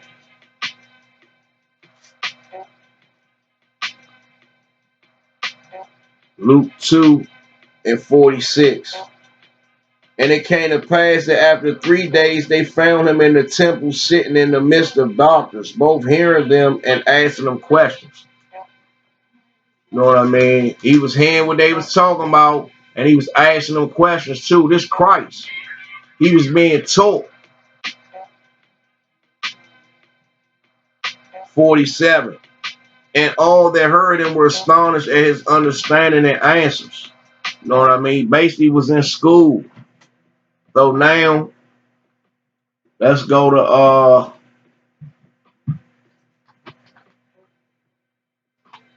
Christ was being taught. Yeah, he was being taught. He wasn't born with this magical spirit. Wait, he was just born at 12 years old. Ain't nobody he ain't had to learn nothing from nobody. Let's go to non-contradictory spirit. Non-contradictory. Got a lot of brothers they be contradictive about a lot of stuff. But you gotta have a non-contradictory spirit. You gotta be mindful. You can't be saying one thing and doing something else. Telling brothers to be one way, but to be this way, but you be the other way. You always telling somebody to do something you ain't doing. Being contradictive all the time. You got a lot of elders doing that. Got bishops doing that. Deacons doing that. You know what I mean? Let's go to James. James 1.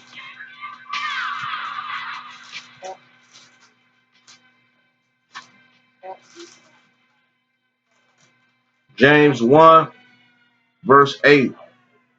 A double-minded man is unstable in all his ways. Out of brothers that's double-minded. Let's go to Mark. Now, how they double-minded? Let's go to Mark. Back to Mark 9:38.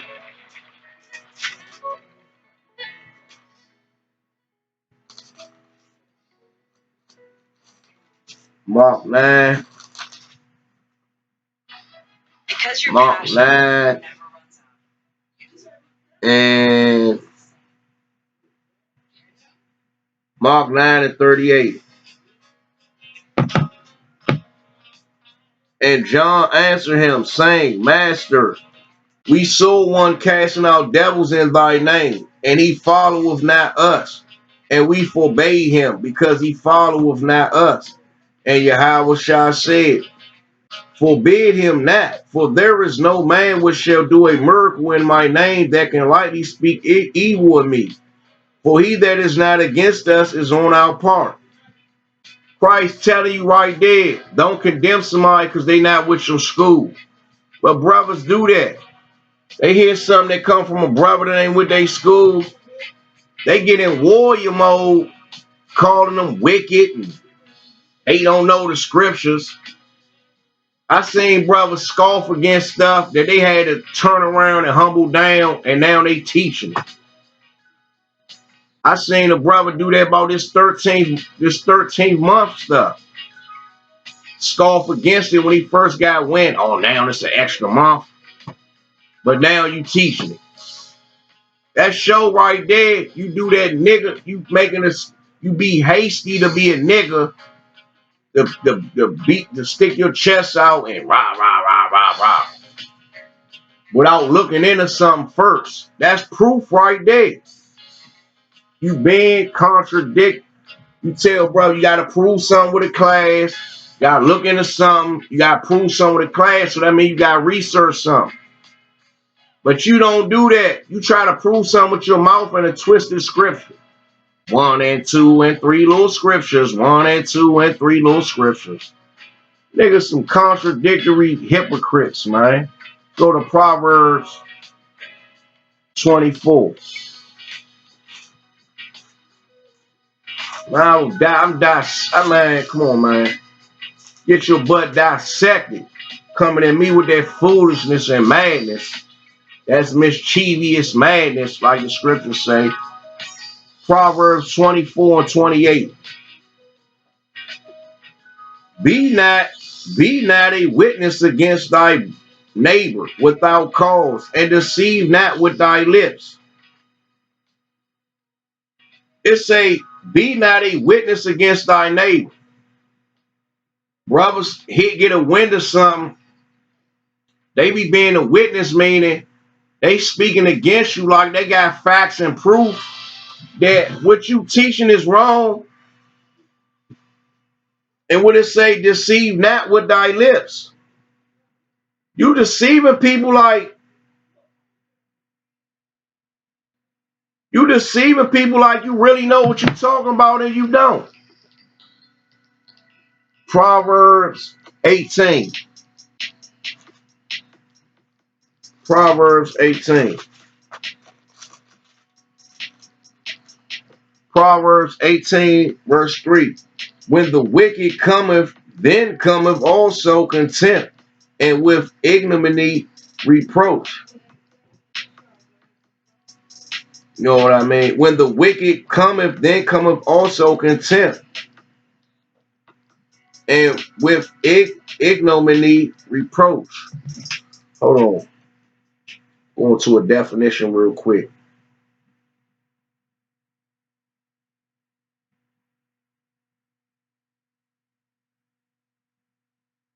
Against name or reputation, public disgrace, shame, reproach, dishonor, infamy. So what it say? With ignominy reproach. Generals have been received with honor after their defeat, yours with ignominy after conquest. Their generals have been received with honor after their defeat, yours with ignominy after conquest. Vice begins and mistaken ends in ignominy. See that? It say disgrace, and with disgrace reproach. You know what I mean? Let's go to verse 4. The words of a man's mouth as deep waters, and of a wellspring of wisdom as a flowing brook. That's how, no, verse 7. A fool's mouth is his destruction, and his lips are the snare of his soul. Let's go back up to verse 3. When the wicked cometh, then cometh also contempt, and with ignominy reproach. Ignominy means disgrace. Disgrace, reproach. Verse 7. A fool's mouth is his destruction, and his lips are the snare of his soul. You know what I mean?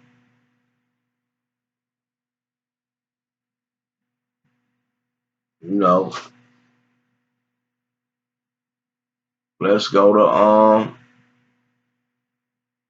to Sirach. Yeah, a fool's mouth is his destruction. A lot of brothers, man, they be pressed to come and speak against a brother and all that. Then that disgrace gonna come with reproach.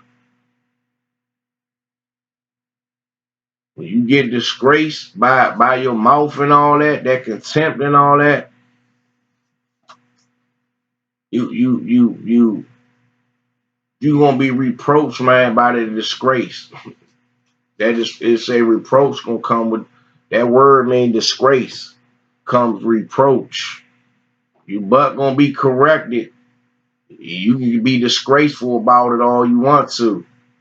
You gonna get corrected behind it. That's what it's going into. Verse 5. No, Sirach 28. Sirach 28. Sirach 28 and 13. Curse the whisperer and the double tongue, for such have destroyed many that were at peace. Know what I mean? Brothers that do that, they over here whispering, so this and that. And then they double tongue. Yeah, this is my man over here. Brothers do that, was doing that in the streets or anywhere, the business world, the job site.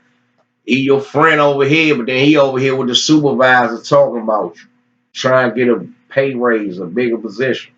Brothers do that in the truth. They double tongue. They talk one thing but do the other. Yeah, we need to get together. We need to sit down and go over these mysteries. And as soon as they hear something, they go against something they teaching. They put a nigga cape back on and get the beating on their chest like a ape. You know what I mean? And running their mouth. Like you got brothers, they talk that unity stuff and all that, but they'll sit up there and say, only listen to my bruise. Your bruise don't got all the understanding of. How your understanding gonna grow if you only listening to brothers in your school? You can always learn something from anywhere. I just went over all the scriptures about unity and learning from other brothers and all that. Not condemning nobody. Only listen to my bruise. Your bruise don't got all the understanding, man. That was an idiotic statement. Only listen to my bruise. And you got brothers talking about, you gonna see, they talking about all the other schools that ain't they school. You gonna see these other brothers, they ain't been set up by God, they been set up by Satan. Come on, man. You don't got no inside information directly about a brother, how he operating. You know what I mean? You ain't reaching out to that brother. You ain't doing no classes to prove what a brother teaching is wrong. You condemning a brother is what you doing. That's what brothers be doing. Curse the whisperer and the double tongue, for such have destroyed many that were at peace. Brothers that do that, you got brothers that they got a big school. People, it's a common thing. People leaving a school because he double tongue. Because they leader got a double tongue. Don't know if he a whisperer or not, but I can clearly see he got a double tongue. You know what I mean? You got a double tongue. Brothers that got schools, people constantly leaving because you got a double tongue, man. Y'all saying one thing, but y'all operate in another way. Now you gonna have people that they pose to lead. They not operating right. But I seen prominent schools where brothers had to leave because the leadership wasn't operating right. They was being double tongued. Let's go to Sirach 1. This the 7 righteous spurs of an Israelite teacher. You supposed to have a non-perfect doctrine spur where you not thinking you operate in the spirit of you can always learn from over here. You know, you can always grab a jewel and discover new understandings that's correct anyway. You can always get a bit and a piece to add on to yourself. Non-contradictory spirit. You're not being a hypocrite or contradict. You're not contradictive in your speech all time. A lot of stuff you contradict yourself all the time. Got to be mindful of stuff you said before, so you ain't contradicting yourself. Sirach 1 and 29. Be not a hypocrite in the sight of men. Say, be not a hypocrite in the sight of men, and take good heed what thou speakest. You gotta take heed of stuff you speak and remember what you say. Because when you forget, me, I don't forget key stuff somebody say. So when you over here saying one thing, but I hear you over here saying another thing. So you clearly done forgot what you was saying over here. You're a hypocrite. And you contradicting yourself. Read it again. Be not a hypocrite in the sight of men, and take good heed what thou speakest. Oh man, you gotta take heed to what you talking about out your own mouth.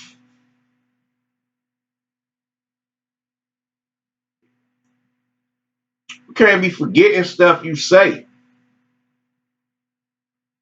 You say stuff and forget what you done said. And then when you looking like a hypocrite, a hypocritical Pharisee, you get mad because somebody coming at you. They somebody reproaching you.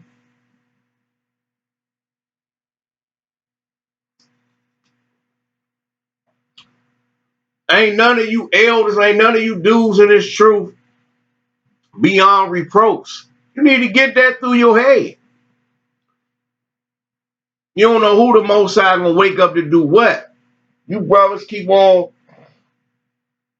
you brothers getting these seats and all that and act like y'all beyond reproach. That's what's wrong with you. Proverbs 3. Negroes get in their mind they beyond reproach or something. Proverbs chapter 3.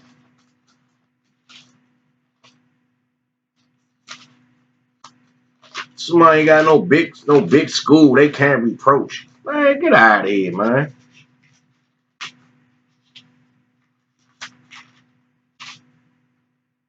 Proverbs 3 and verse 5.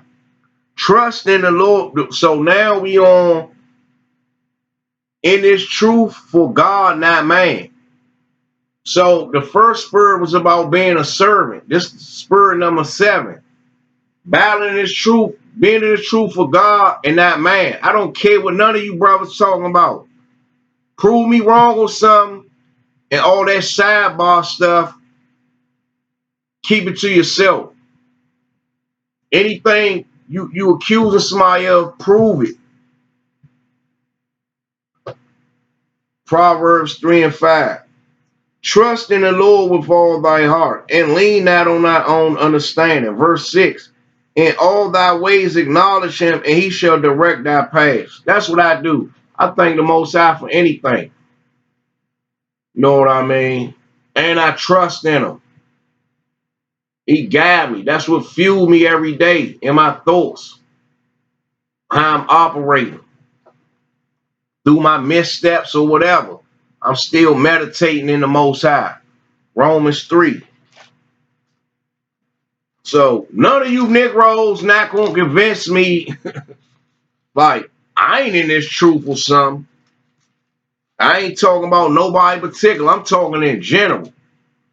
You got a lot of these puffed up Pharisees, they'll try to make you feel like you ain't in the truth or something because you ain't with their school or you ain't as popular as them. Man, that stuff is hogwash, man. Romans 3 and verse 3. For what if some did not believe? Shall their unbelief make the faith of God without effect? God forbid, yea, let God be true, but every man a liar, as it is written, that thou mightest be justified in thy sayings and mightest overcome when thou art judged. See that? Trust in the Most High. So when I'm judged for something, I overcome that stuff because I believe in the Most High. So I'm going to understand when he judged me and punished me for doing something. Now I got to trust in him that he going to guide me to overcome it. Because all my trust and faith is in the Most High, in him. Let's go to 2 Maccabees.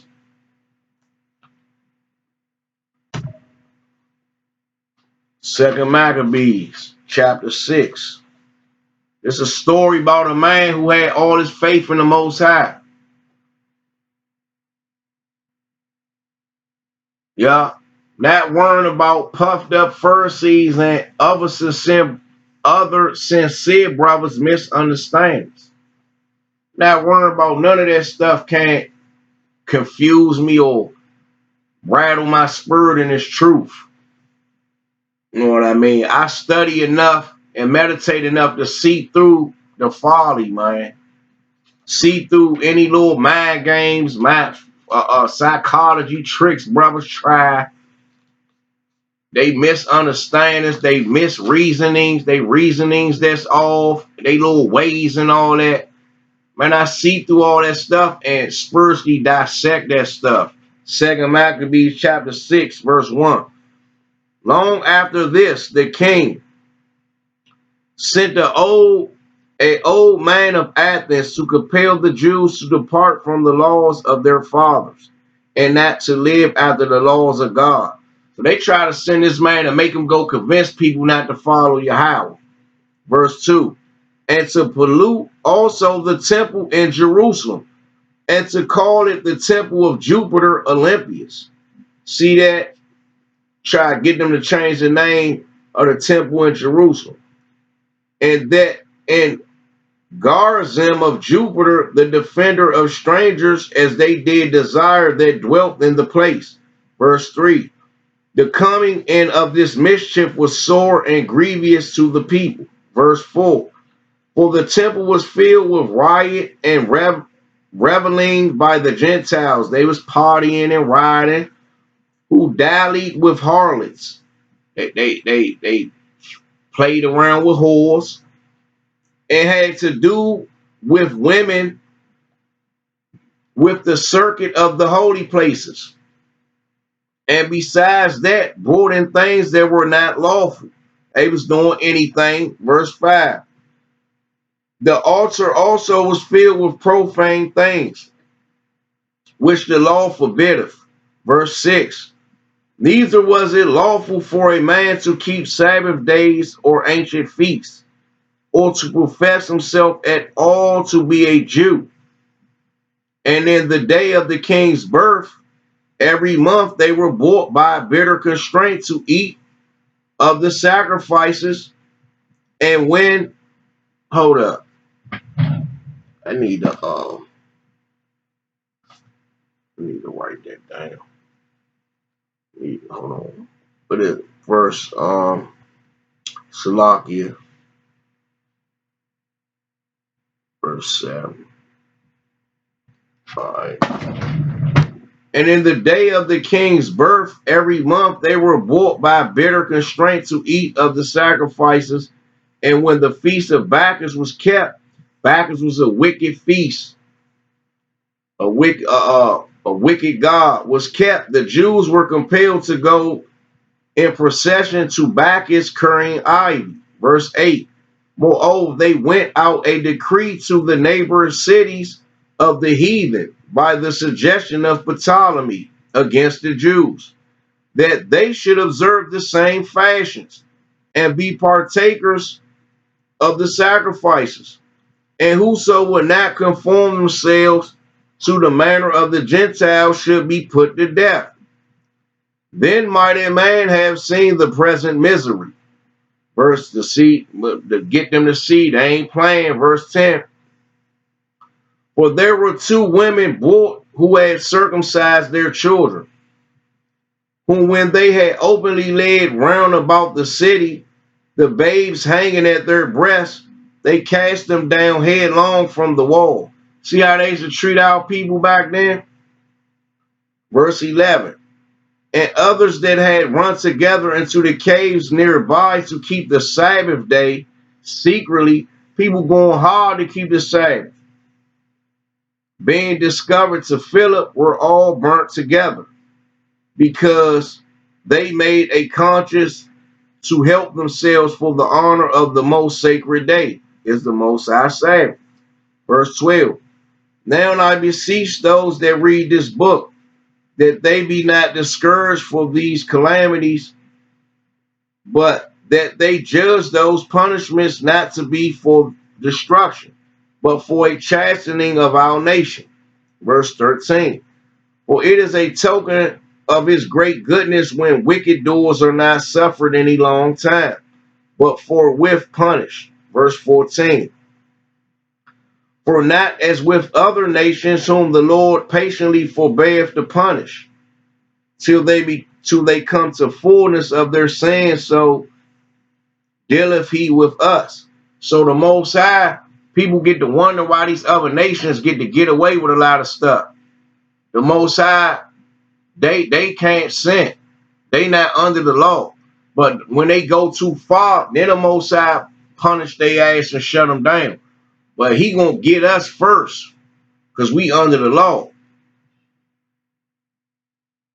15. Lest that being come to the height of sin, afterwards he should take vengeance of us. 16. And therefore he never withdraweth his mercy from us. And though he punish with adversity, yet do he never forsake his people.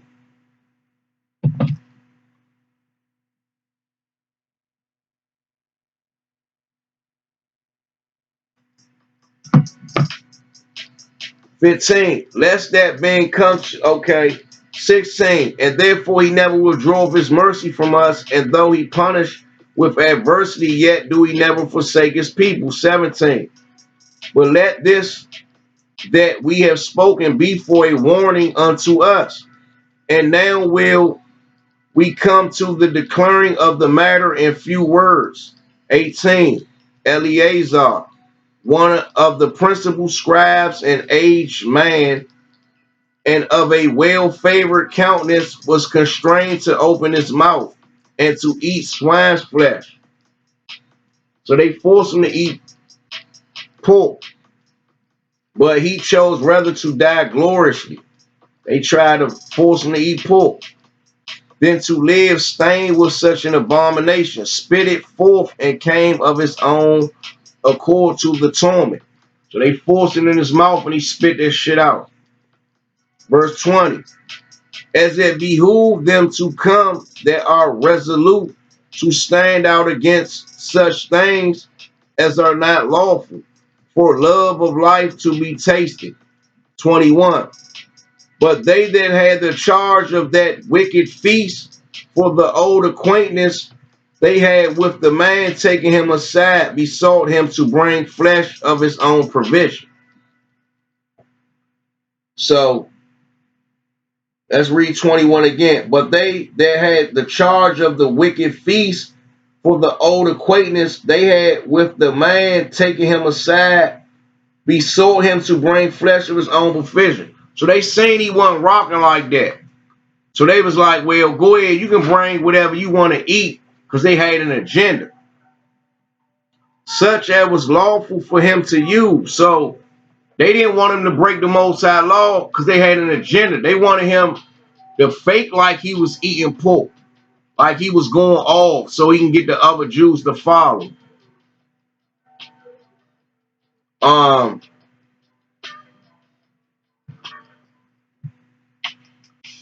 from the sacrifice commanded by the king, 22, that in so doing he might be delivered from death, and for the old friendship with them find favor. 23. But he began to consider discreetly, and has become his age and the excellency of his ancient years. This man was wise and he was older and all that. He like, and spent his whole life serving the Most High. Now he going to just bow down to some garbage. And the honor of his gray head whereunto he was come, and his most honest education from a child, or rather the holy law made and given by God. Therefore he answered accordingly, and willed them straightways to send him to the grave. Like, man, y'all gonna have to kill me, man. I'm not eating no pork. Y'all can go ahead and kill me then. I'm not gonna do that. For it becometh not our age, said he, in any wise to disassemble, whereby many young persons might think that Eleazar, being fourscore years, 80 years old, and 10 he was 90 years old, were now gone to a strange religion. So he said, man, I'm not gonna make these youngins think I'm going off to appease y'all. 25. And so they through my hypocrisy and desire to live a little time and a moment longer should be deceived by me. Because these youngins, they believing in the Most High and all that. And I'm going to come deceive them and make them, to show them I've been following the Most High all my life. I'm 90 years old, but the Most High ain't that serious that I'm going to conform to what the king got now and break their faith and mess their faith up and all that. And so they thought my hypocrisy and desire to live a little time and a moment longer should be deceived by me. And I get a stain to my old age. He gonna get a bad rep on his name. He gonna wait till he get all that old and then get a bad stain on his name. And I get a stain to my old age and make it abominable. So all that he worked hard for all them years gonna go down the drain. Because he gonna bow down to an agenda from his enemies. 26. For thou for the present time got brothers in the truth. They done took that money, that bag. They twisting the doctrine, the scriptures and all that. Because they under a 5013C. They under a government mandate. You know what I mean? Where I'm at. Those is 26. For though for the present time I should be delivered from the punishment. Hold on. Okay. Punishment of men. Yet should I not so for the present time I should be delivered from the punishment of men. Yet should I not escape the hand of the Almighty, neither alive nor dead. So he like, man, it ain't worth it. I can't escape the Most High, alive or dead. 27. Wherefore now, manfully changing his life, I will show myself such and one as my age require. We like, man, I'm going to act my age. Talking about his wisdom, the wisdom, knowledge, and understanding he got, the Most High, how he operate in his truth and knowledge and all that. I'm not going to compromise that. 28.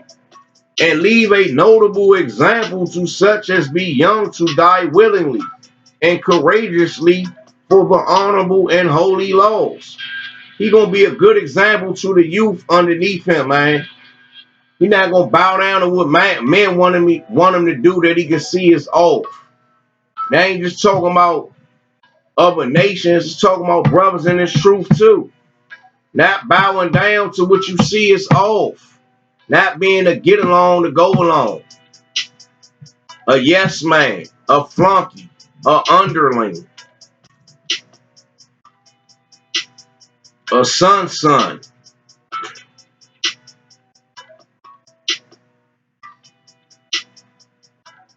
And when he said these words, immediately he went to the torment. 29. They that led him changing the goodwill, they bear him a little before into hatred, because the foresaid speeches proceeded as they thought from a desperate mind. They thought he was getting desperate. 30. But when he was ready to die with stripes, he groaned and said, it is manifest unto the Lord that hath the holy knowledge, that whereas I might have been delivered from death, I now endure sore pains in body by being beaten, but in soul am well content to suffer these things, because I fear him. 31. And thus this man died, leaving his death for an example of a noble courage and a memorial of virtue, not only unto young men, but unto all his nation. Man, that man ain't want to bow down to nothing. He ain't want to bow down to nothing. 2 Maccabees 7 and 14. That man was ready to die. They tried to get him to fake eat pork to show the youngins, yeah, even one of your elders, he broke down and following me and doing what I want him to do. Yeah. So he can corrupt their mind. to get them not from following the Most High while they young. Try to stir them in another direction. That man, elder, ain't go for that stuff. He ain't go for it. Know what I mean? He stood on his principles, his morals. Spent all them years gaining knowledge, wisdom, understanding in the physical and in the spirit. That he gonna throw that all away over a man. I'm gonna stop teaching because a man want me to stop teaching something. He don't understand because he mad. Another man mad at me, so I'm gonna stop teaching.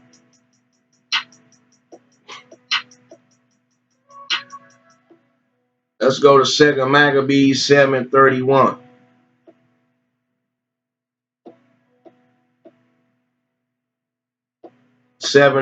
14.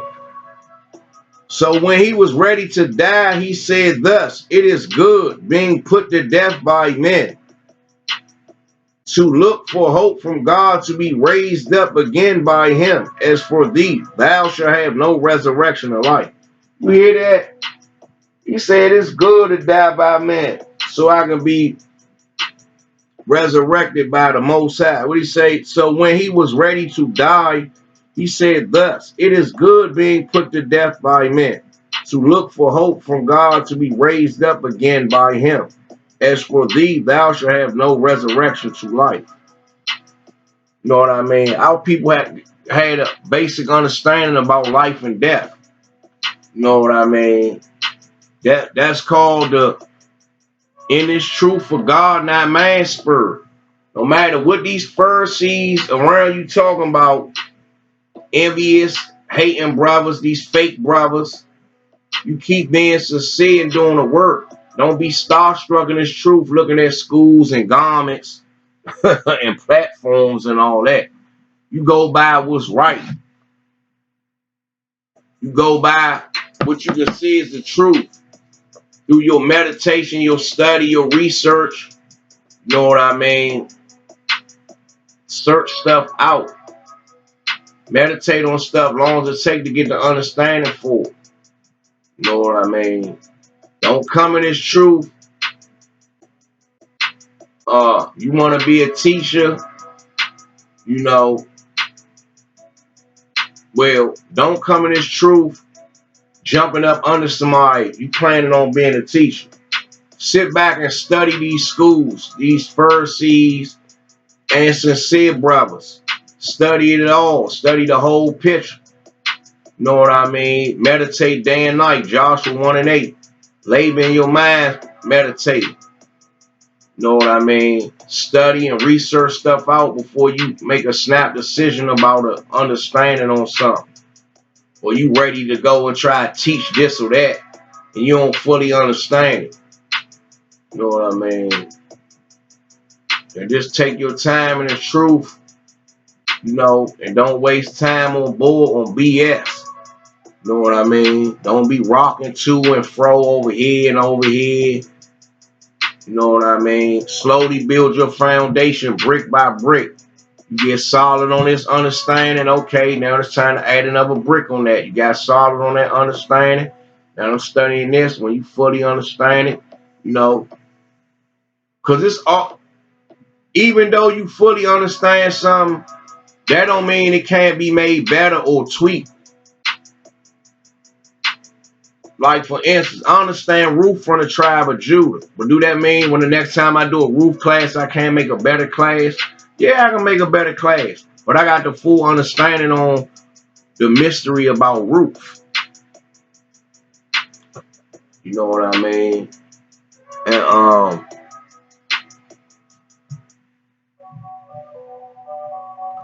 that note, shalom, shalom. Sabbath been ended. I'm teaching it to the nighttime. You know what I mean? Um, to the 12 tribes scattered abroad, reading Zephaniah, Yahayaka Yasha'Allah, aka Yah Mordecai, coming from Sith Lord Tiger School of Truth, service in the house of the Lord, together in God's eternal righteousness. Sith Lord Tiger. Thank the Most High for the knowledge, the wisdom, the understanding, the faith, the grace, the mercy, the fortitude to keep battling in the truth against all odds. Um, Meditating in this truth day and night, studying much as I can, and just letting them guide me on the things I need to be focused on in this wicked kingdom. This kingdom getting towards the end. Not sitting on my hands. I'm doing physical work, spiritual work, you know what I mean, and balance until I give up the ghost. You know what I mean? Shalom.